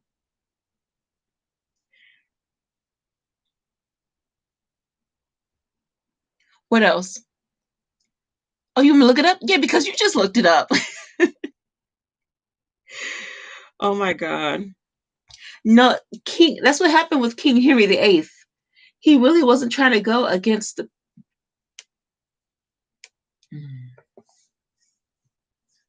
What else? Yeah, I'm no purity. Who bite me? What are you trying to say? They have. Mm-mm. Mm-mm. Mm-mm. No, King bite me.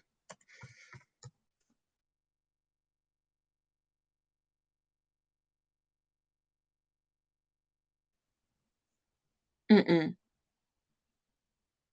Yes, but I want you to check the references at the very end article of Wikipedia.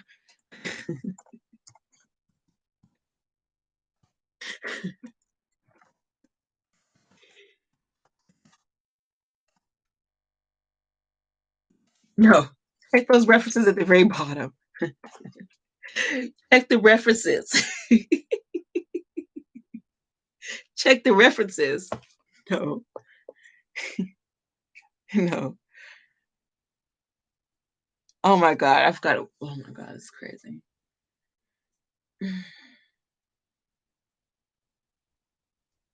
This is crazy. Mm.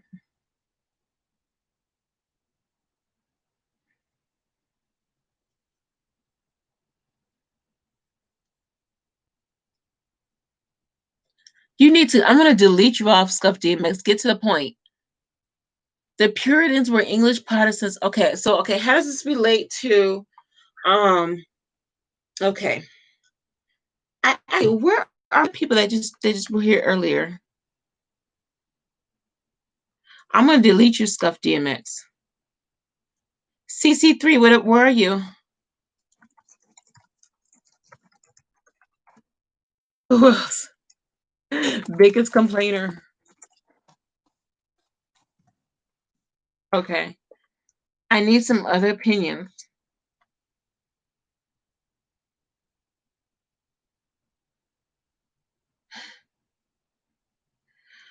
Okay. Let me get to the point.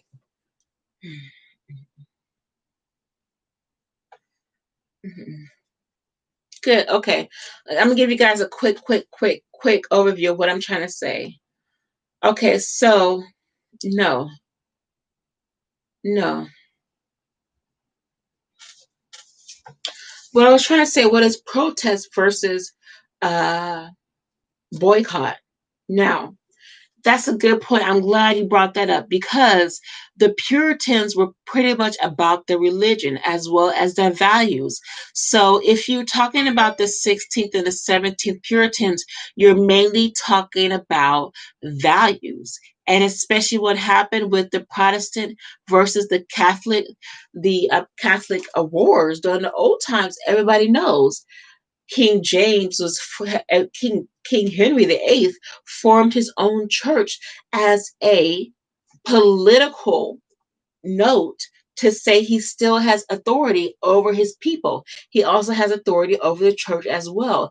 And usually it is by the authority of a church that a king has his authority, that his king is able to be knighted as such by his title.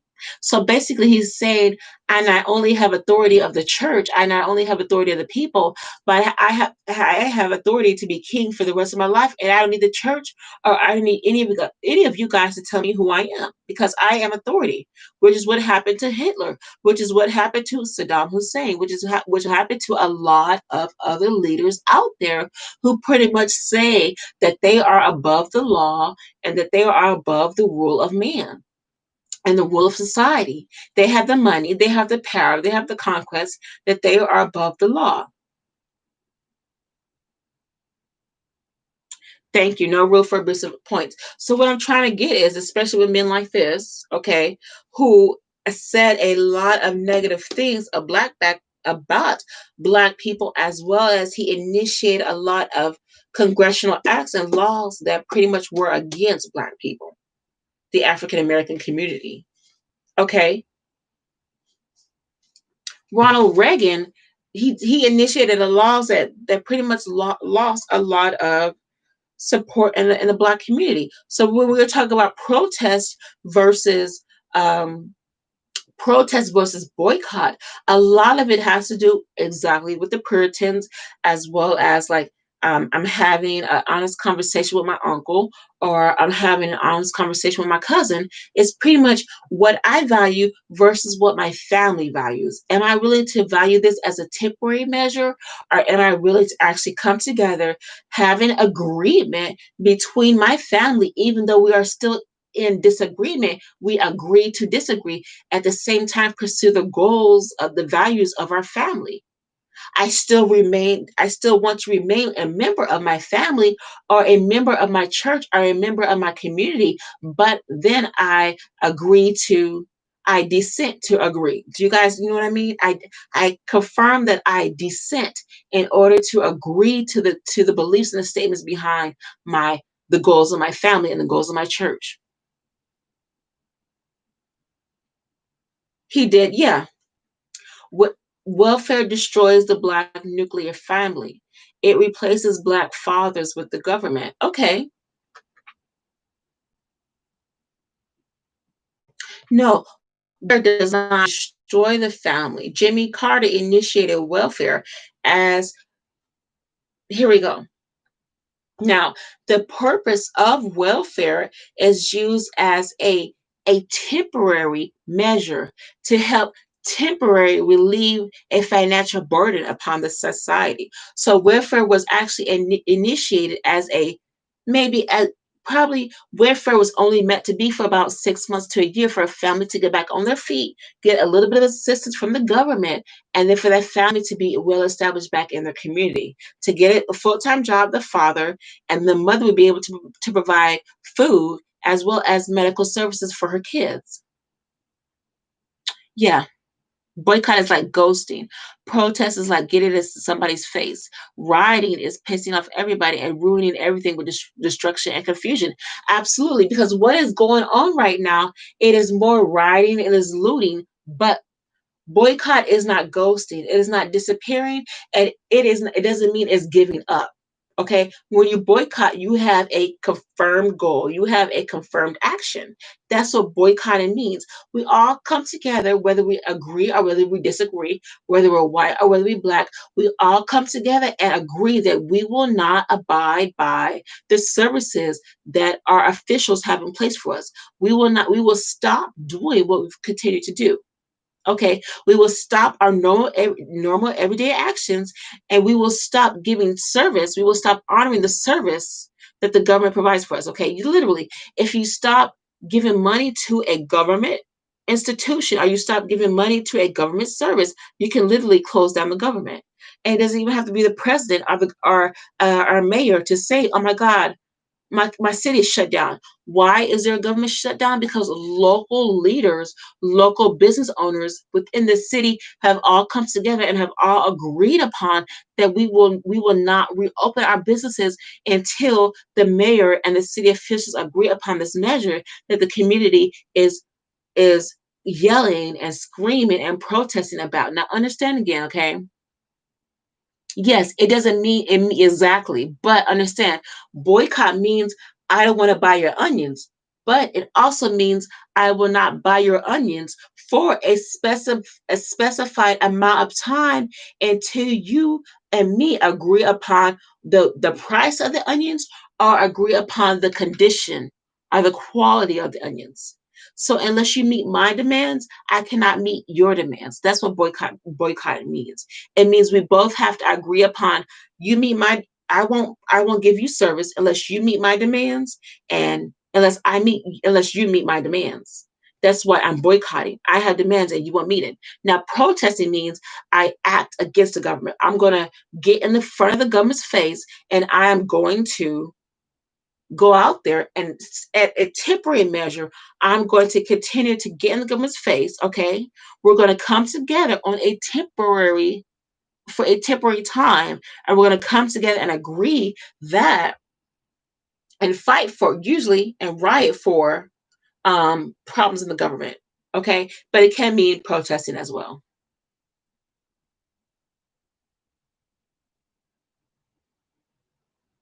You forget that I had onions and don't even need them anymore.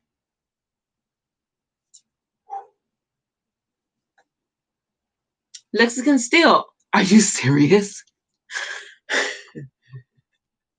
Lexington still. Are you serious? Terry, you looking delectable. Thank you.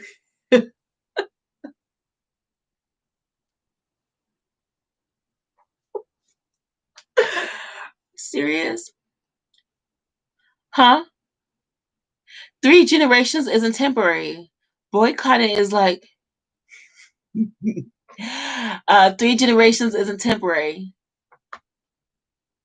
Yeah, you know what? Three generations. Okay. What three generations are you talking about? What three generations are you talking about?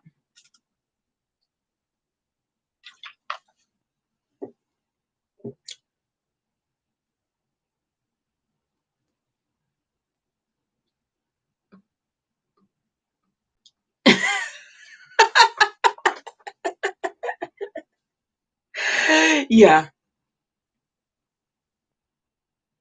Yes. Okay. Continue, CC3. Continue.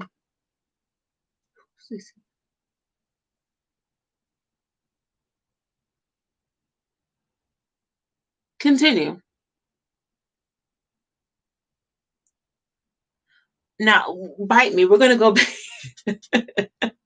We're gonna go back to the needs of the government. Absolutely. Only got 5 people on this YouTube live. Okay. What? Talk softly and slower. Okay. Okay. So pretty much continue. Three generations of what? Are you talking about a family? Are you talking about a product? What are you talking about? Three generations.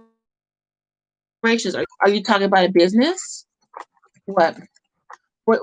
What are you talking about? A product? Or what? A lifestyle? What? What exactly?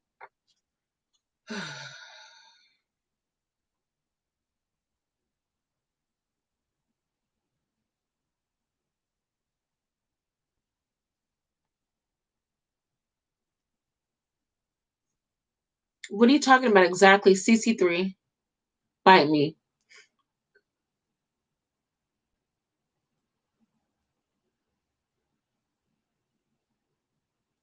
Okay. So I get them from somebody. Boycott means I don't want to buy onions, so I get it from somebody else. No, no, no. Boycotting CC3.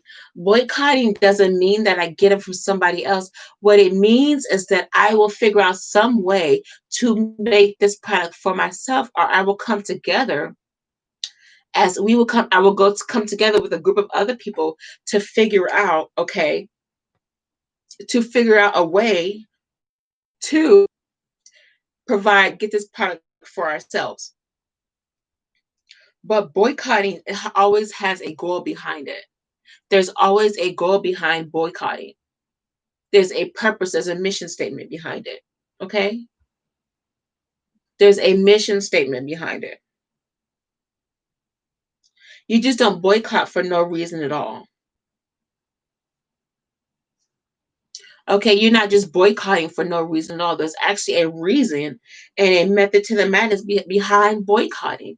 There is a mission, the community comes together, and you can actually turn it into legislative action. Now, protesting will lead to eventually to a more permanent solution, which is boycotting.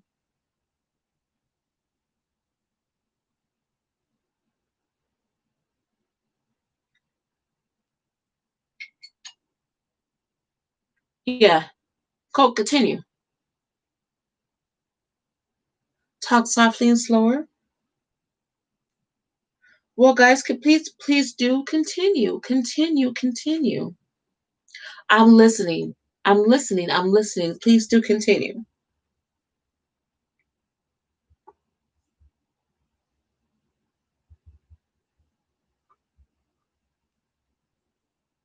Hmm? Boycotting is like ghosting, and it's okay. Well, CC3 bite me. Okay, CC3 bite me. What else? Scuff DMX, CC3. Who else? England. Who else?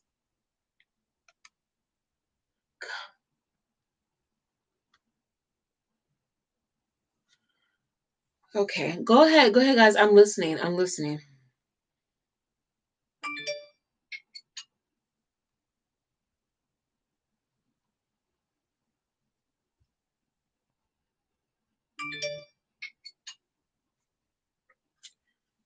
Continue.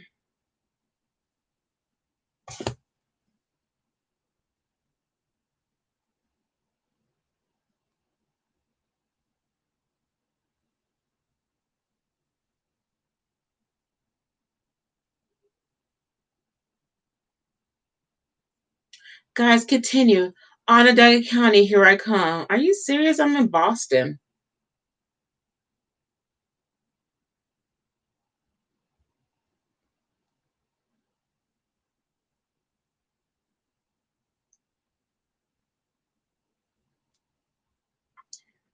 Onondaga County, Lexington is Syracuse.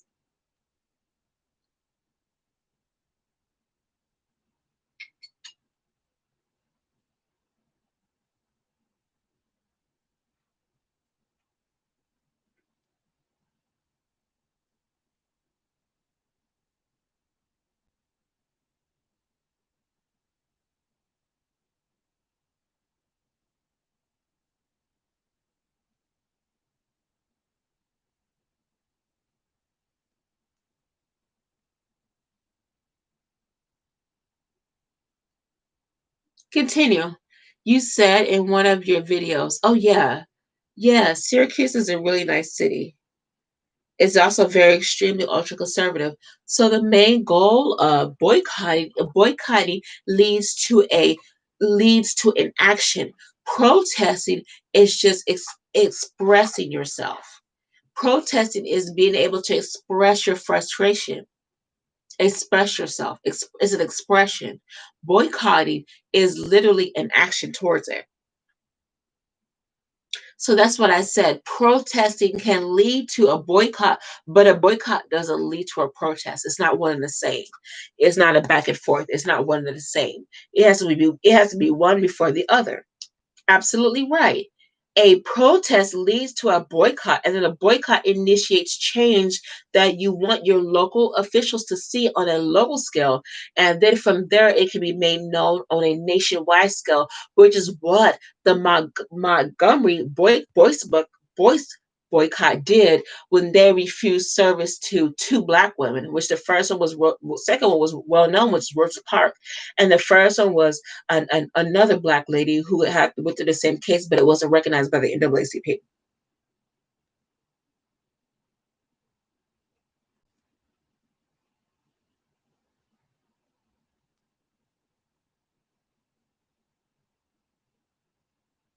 Continue.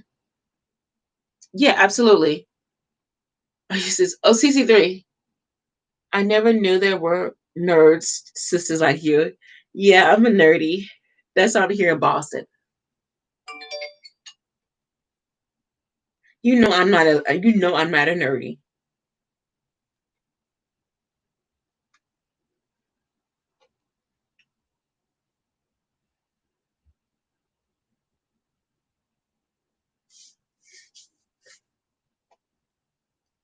Yeah,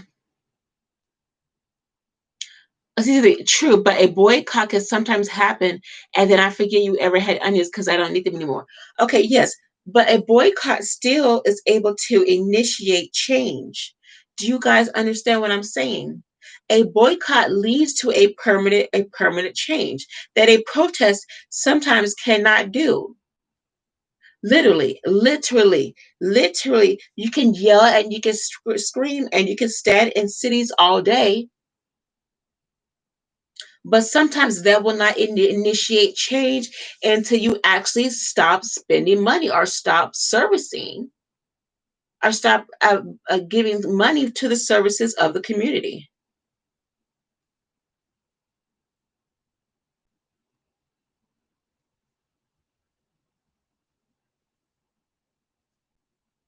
Absolutely.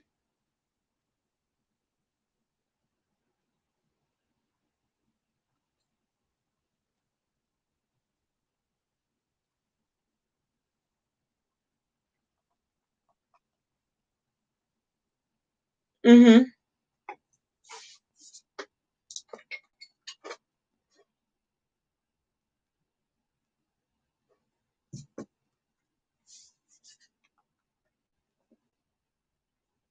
It's kind of like a relationship issue on Dr. Phil.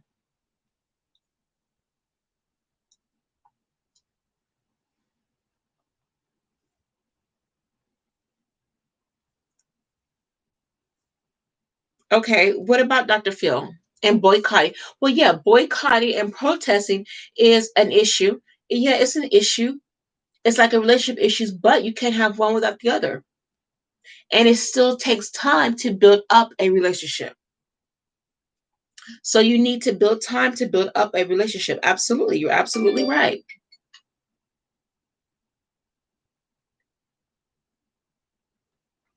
Hmm. You're absolutely okay. Boycotting, you give me the silent treatment. Not really. I'm still with you. Protest, you are screaming at me. I'm sorry. Am I screaming at you? Am I really screaming at you? I'm sorry. I'm sorry.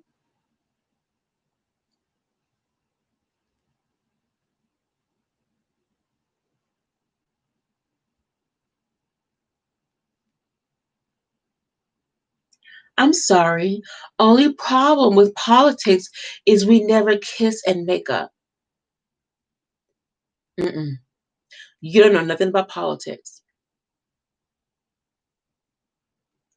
Free Mumia. I got to figure that one out, Lexington. Yeah. Okay. Generalization. No, because politics sometimes, especially with politics, sometimes it's not about kissing or making up at all. You can actually give somebody all your attention and all your time, and you can apologize as much as you want to, but that still will not change the opinion or the authority that that person has over you and their policy. So you can try to make up you exactly, but especially Mumi Abu Jamal. I have to look that up. But especially with politics, what's done is done.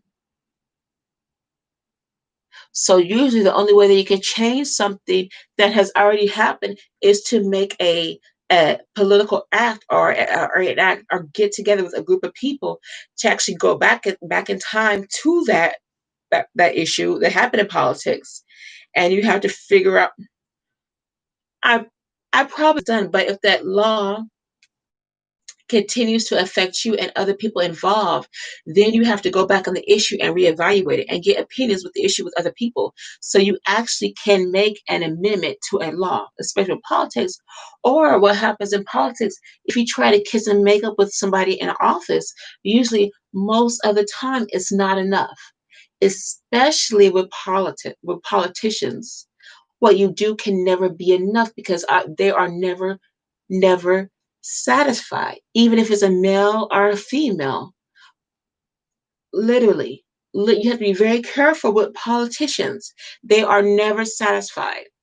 I'm being honest. I'm being honest. I'm really be honest. There's yes, male or female politician, whether they're a city official or a mayor or a governor or a senator or a congressman or representative or even a president, what you can offer them, what you can give to them is nothing that can never satisfy them. It can never quench their thirst.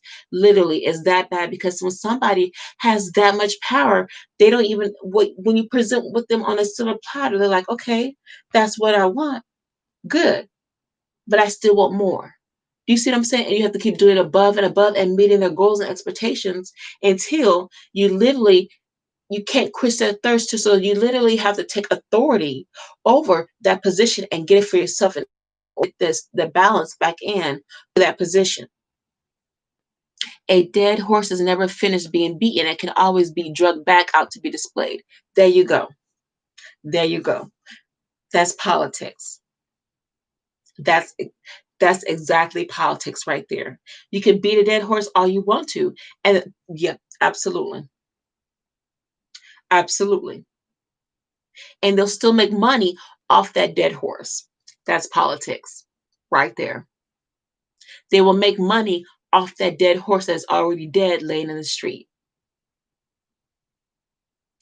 That's politics. There you go. Thank you, CC3. Yeah, Lexington, I do need to look up Mumia Abdul Jamal. I do. I'm sorry, Lexington.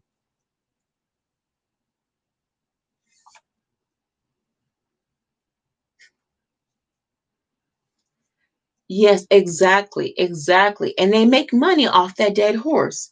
And pretend on top of that, they make money, excuse me, it's 11 o'clock, it's midnight. On top of that, they make money off that dead horse, as well as once they're done getting all the money that they need and they take the dead horse away, they then say the dead horse never existed.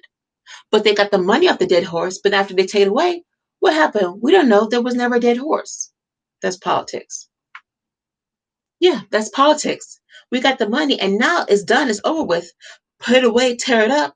It never existed because we already got what we want. And you have to be careful with politicians because they'll do that to you too.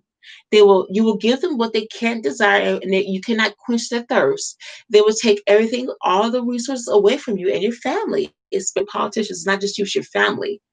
They will take everything away from you because their thirst cannot be quenched. And then they will kill you and take away you and your family's existence from the books. But they got the money, they got the child, they got everything that they want, and then they will erase you from history because they have the authority to do so because they have been elected into law. Yet they could throw you in jail and kill you in jail and pretend that you never existed, which was happening in Diary of a Mad Black Woman. I mean, Woman That Are Loose with Kimberly Elise. They threw her in jail, and now it's like she never existed.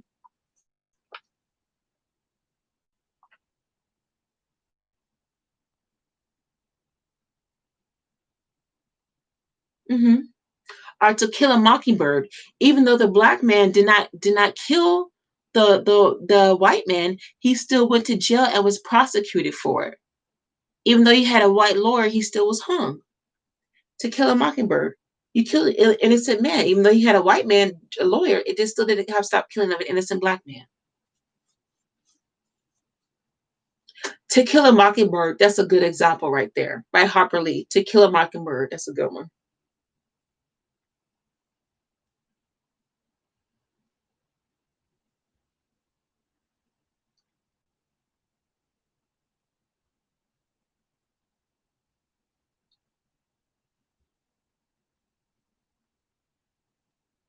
To Kill a Mockingbird is a good example. Hugh Gutierrez, Biden the Old Horse. No, Biden still got a career ahead of him. And his wife is just as political as he is. Don't get it twisted. Don't think that Dr. Joe Biden is quiet for no reason at all. You know she's very strong too, as well as Hillary. Thank you. Okay, listen, I will look at Mamiya Abdul Jamal.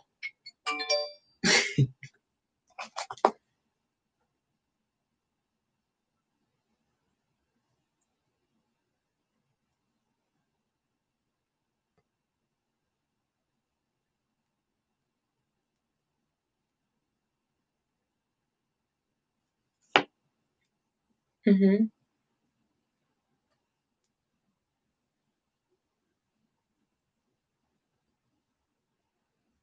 Yeah, he was sent to jail for murdering a Philadelphia officer. Yeah.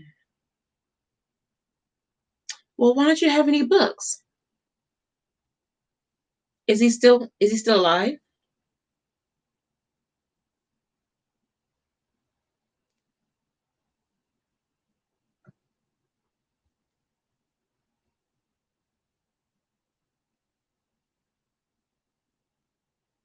So he's still alive. Good. He's a great author. I'm out. Enjoy talking to his nerds.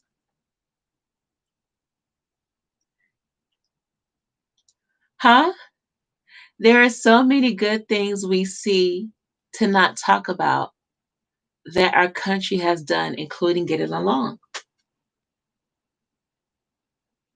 Okay. But it's more than just getting along. Do you understand what I'm saying? Because you literally have to fight for your life right now. That's the issue. You either get along or you manage along. Do you know what I'm saying? Do you agree or do you manage? What is it about?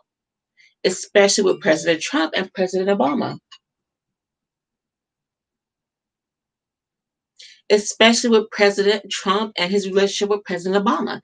Does he disagree with Obama's policy, or does he just manage his administration along with Obama's administration, who he completely does not honor? You know who Jesse Owens is? A wonderful man, athlete, athlete during the 1950s, right? The Olympic athlete, the Olympic runner. What about Jesse Owens? What about?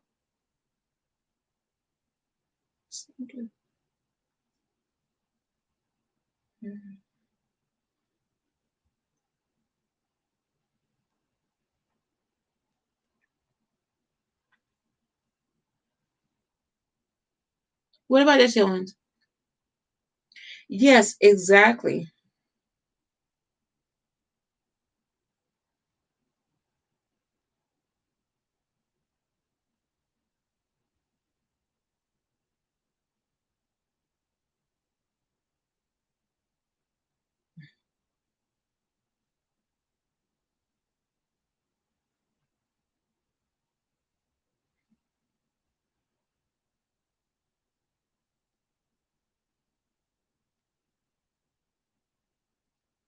Berlin 1936 in front of Hitler. Absolutely. Yes, but you know what?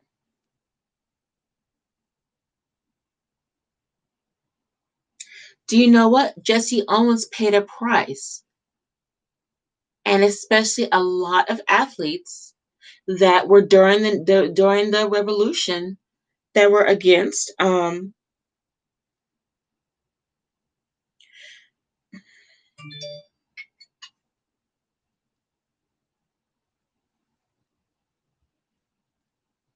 a lot of athletes that had problems with the American government during World War I, World War II, literally had to fight for their life. So there was with Jesse Owens and Jackie Robinson, especially, as well as a lot of this was during the Harlem Revolution, the Harlem Renaissance. There you go, Jesse Owens, the Harlem Renaissance.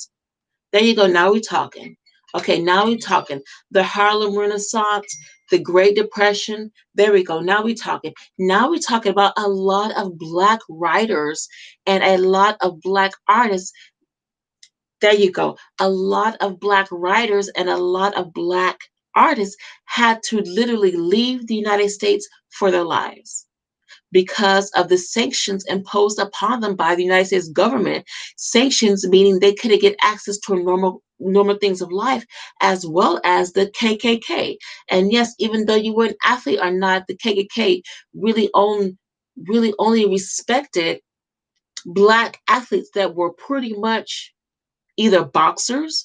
The KKK mainly had because they were regarded as a high priced, they were in their lives, their bodies were insured at a high price, or pretty much like people like Dorothy Dandridge still had to go through prejudice. And you guys know the issue that Dorothy Dandridge went with, as well as women like Dorothy Dandridge, um, the Temptations, um, who else in the civil rights era? Not before the civil rights. We had Dorothy Dandridge. We had a lot of Black writers during Marilyn Monroe's time, especially actresses and actors. Okay, they went through extreme amount of prejudice and segregation. It wasn't called prejudice back then; it was called segregation, where they were completely. It didn't matter. There you go. It didn't matter how much money Dorothy Dandridge had, or beautiful actresses like, hold on for a second. I'm gonna get some sleep, I swear. I'm gonna have to cut it short, you guys. I really gotta get some sleep.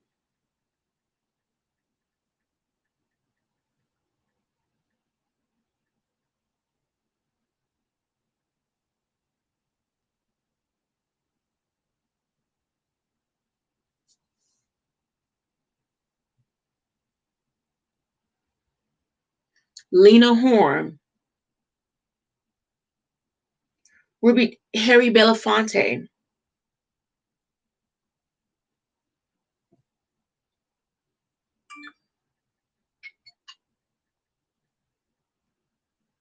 Lena Horne, Dorothy Dandridge. Who else?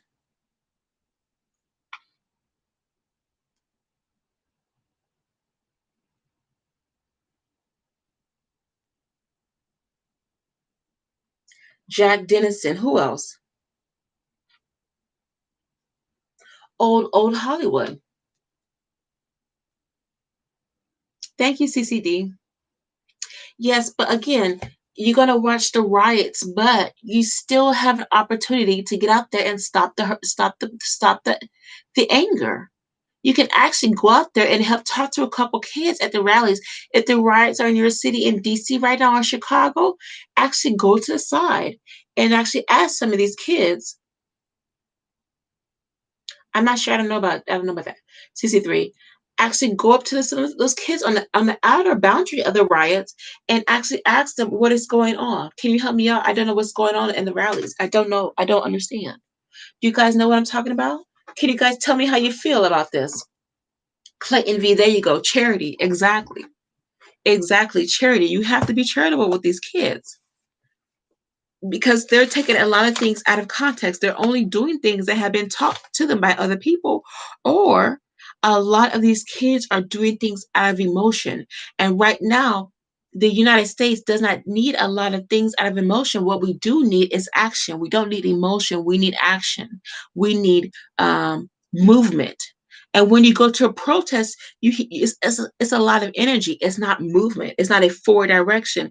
And that's what Obama was talking about. One of um, his campaign's motions was forward. We want to move forward in a forward direction. That's Obama. We want to move forward. Change that we can believe in, which is not what we have today. Now it's about make America great again. No, you can't make nothing out of something that was already here. What are you trying to say? Are you trying to make something new that was already in existence? No. God created the world for a reason. The world is here. Our job is not to make anything new. Our job is to maintain it and adjust to and create inventions, adjust to and make changes to. Okay, what God has already given us. God gave us here to maintain the earth in its fullness. Okay, to keep the earth in its fullness and joy. To keep it. It's not to make America great again, it's to keep America great. Because it's already great. You guys understand what I'm saying? To keep America great, not to make America great, to keep America great. Okay? No, 501c does not protect American organizations from governments. No, it does not. Those organizations have to maintain their status with the government in order to get protection, especially with nonprofits, especially with churches and community organizations like myself. No, no, no. 501c status does not protect you from the government. No, no, no. You are just easily as liable to be sued as anything else. Don't believe that. That's a lie.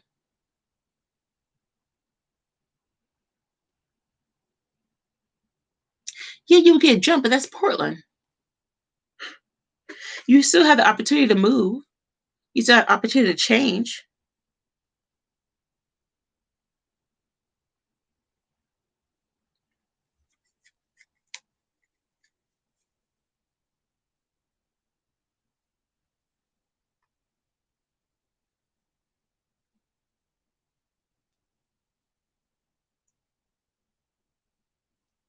Absolutely. You still have the opportunity to change.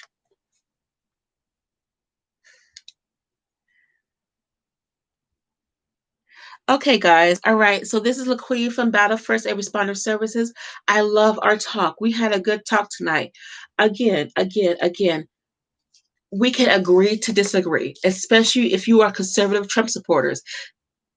Here's one good example. If you are for Trump or not, Trump is our most current up to date president. This is a past president. There are other leaders in the White House that have done more than this guy, but he was a past president. Trump is our current president. There still are other leaders out there as well as this guy.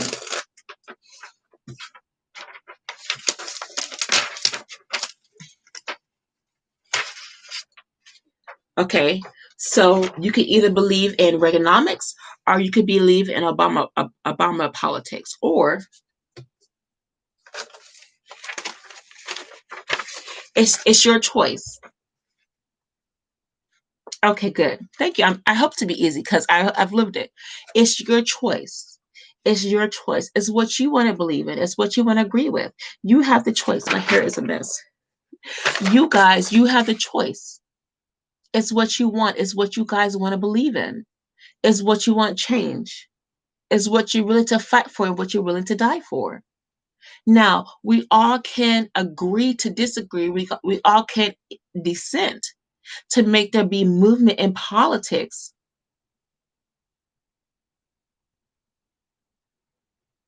Thank you. Trump does care about me. I appreciate that. I appreciate that. Thank you. I just got to get an email or something about it. You know what I'm saying? Listen, I'm not saying one person cares of another person. That's not what I'm saying. Okay. What I'm saying is that we can descent to ascent to a better, more rounded view of our economy. The world is changing. The evolution of the world is changing, and that now we have different strange strains of health epidemics and strains of illnesses around the world right now, which are exposing a lot more people to illnesses and diseases. But you can change that. You don't just have to go outside and protest and scream and yell and shout. What you can do is you can make a difference, whether you believe in liberalism or whether you believe in conservatism. And Trump is not really a good example of a conservative president.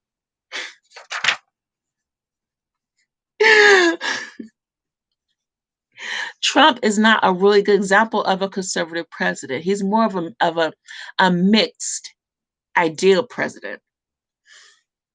If you want a good example of a conservative person, right here. But Reagan, again, Reagan is just as liberal as Trump, but they still have the same ideals. But Reagan was a very liberal president. He came from Hollywood. You have to be liberal if you're in Hollywood, as well as Trump. They're both liberal presidents. But again, they both made change and made progress to their administrations. They made changes for the people in their politics. They made good changes and they made bad changes. They were racist as well as they agreed with different opinions of the people. So both were presidents, and are both white men, of course.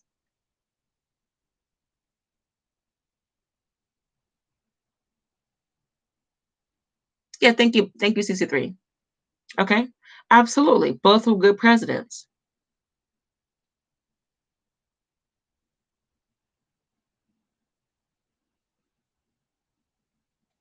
Okay, both were good presidents, absolutely.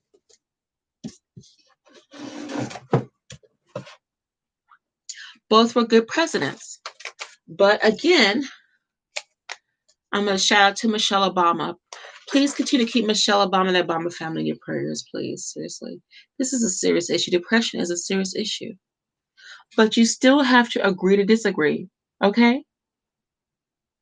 You either support one or another, or you can have both. You can agree for both administrations in office. You can agree for both administrations in office.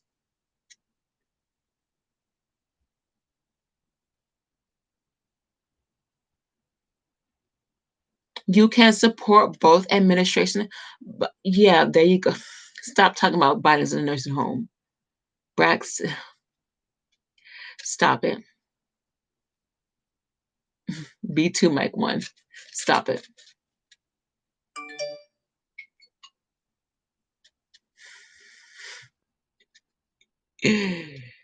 Okay.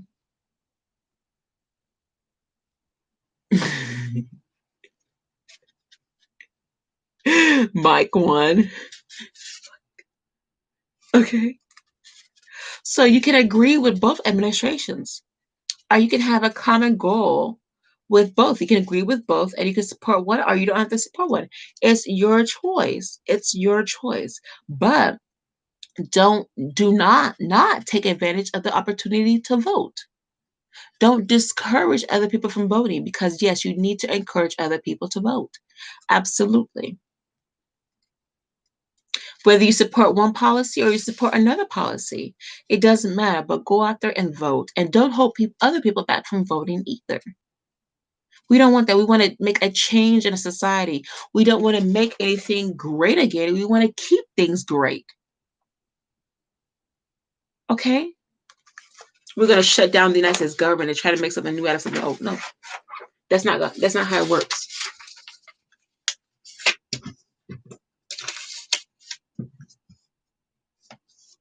That's that's not how it works. Mm-mm.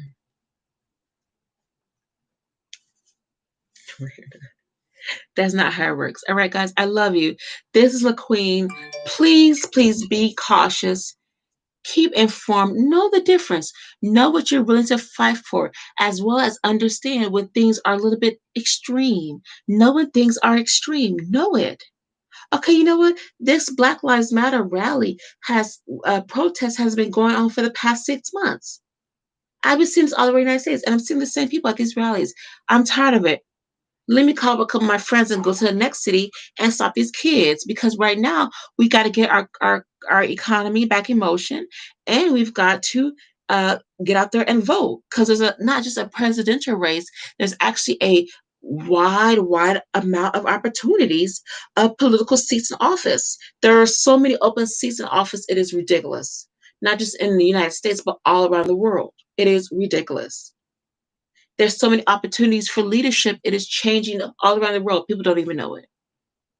In Germany and Ireland and in London and Africa, Northern Africa and Southern Africa, as well as in India, as well as in Mexico. There's going to be political races that have been going on for last year, for 2019, this year in 2020, and for the next 2 years. There's going to be political leadership changing all around the world. It's crazy. You think, oh, this is the old prime minister? No, it won't be the old prime minister. It'll be a new prime minister with a younger face. So you're used to seeing Angela Merkel as a prime minister of Germany, but she won't be the president of Germany anymore. You'll be seeing, oh, you thought that you saw Gordon, um, the prime minister of London, Boris Johnson, but he won't be the prime minister of London, of England anymore, of London. Get what I'm saying? You thought you saw the president in South Africa was the same guy. He's been the same guy for years and years. You thought you had the prime minister of Israel. Um, um, Israel too. There's going to be changes all around the world. So take advantage. Take advantage of opportunities. If you see a need in your community, be that need, fill that space. Take advantage. Take advantage. Take advantage. All right. I love you guys. Please continue to keep me in your thoughts and prayers. Go out there, be a positive change you want to see in your communities. And don't forget, yes, we've had presidents that have existed before. Okay. But you know what? Don't be dumb. Read up about it. If you know a riot is happening in your neighborhood, read up about it. Know the difference about it. Read up about it. Don't be dumb to change. Don't be dumb to the world. Actually figure out what's going on for yourself. Know what's going on for yourself. You never know this before. You never been through this before. Read about it because other people have been through the same thing that's going on right now. And what's going on right now is nothing new. It's old, old, old, old, old, old. Oh yeah, we're protesting for Black Lives Matter. This black man just got killed. Oh, okay, yeah, yeah. You know what? The same thing happened 20 years ago. Really? Oh, I don't want to read that. I'm tired. You better read it because it's going to happen again. And if you don't know what to do when it happened 20 years ago, you're going to get faced with the same situation and you're going to be really stupid about what to do. No, it's a costume jury. Like this is my military dog tags. This is real. I got this in New York. I got this in Syracuse. Okay, this is real to me. This is costume. I will get a ring this big one day. Oh yes, I will.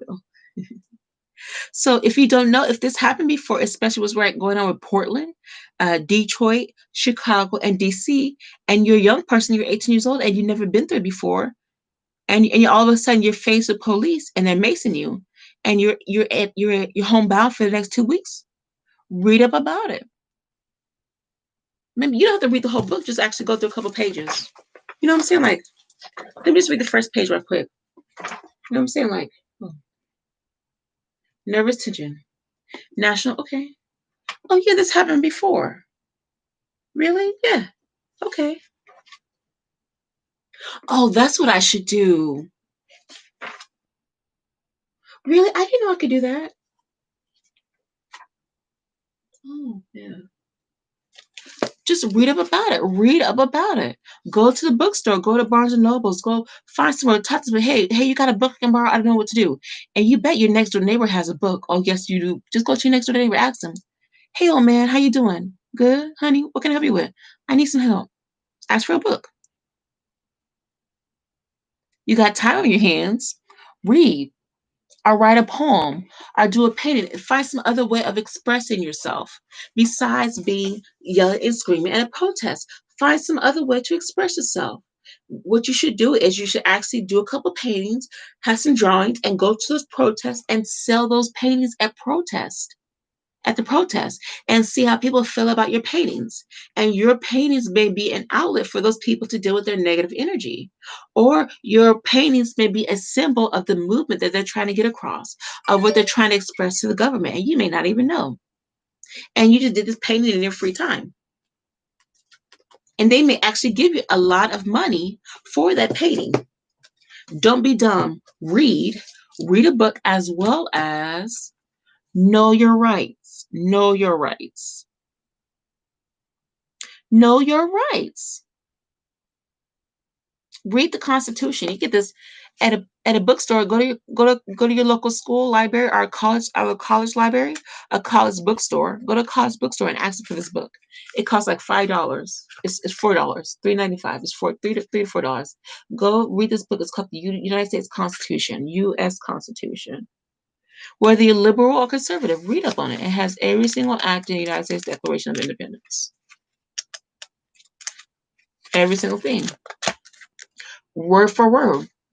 Study this, especially if you're willing to fight for it. Study it. Bang. Candace Owens. All right, guys, I love you. Please continue to keep me in your thoughts and prayers.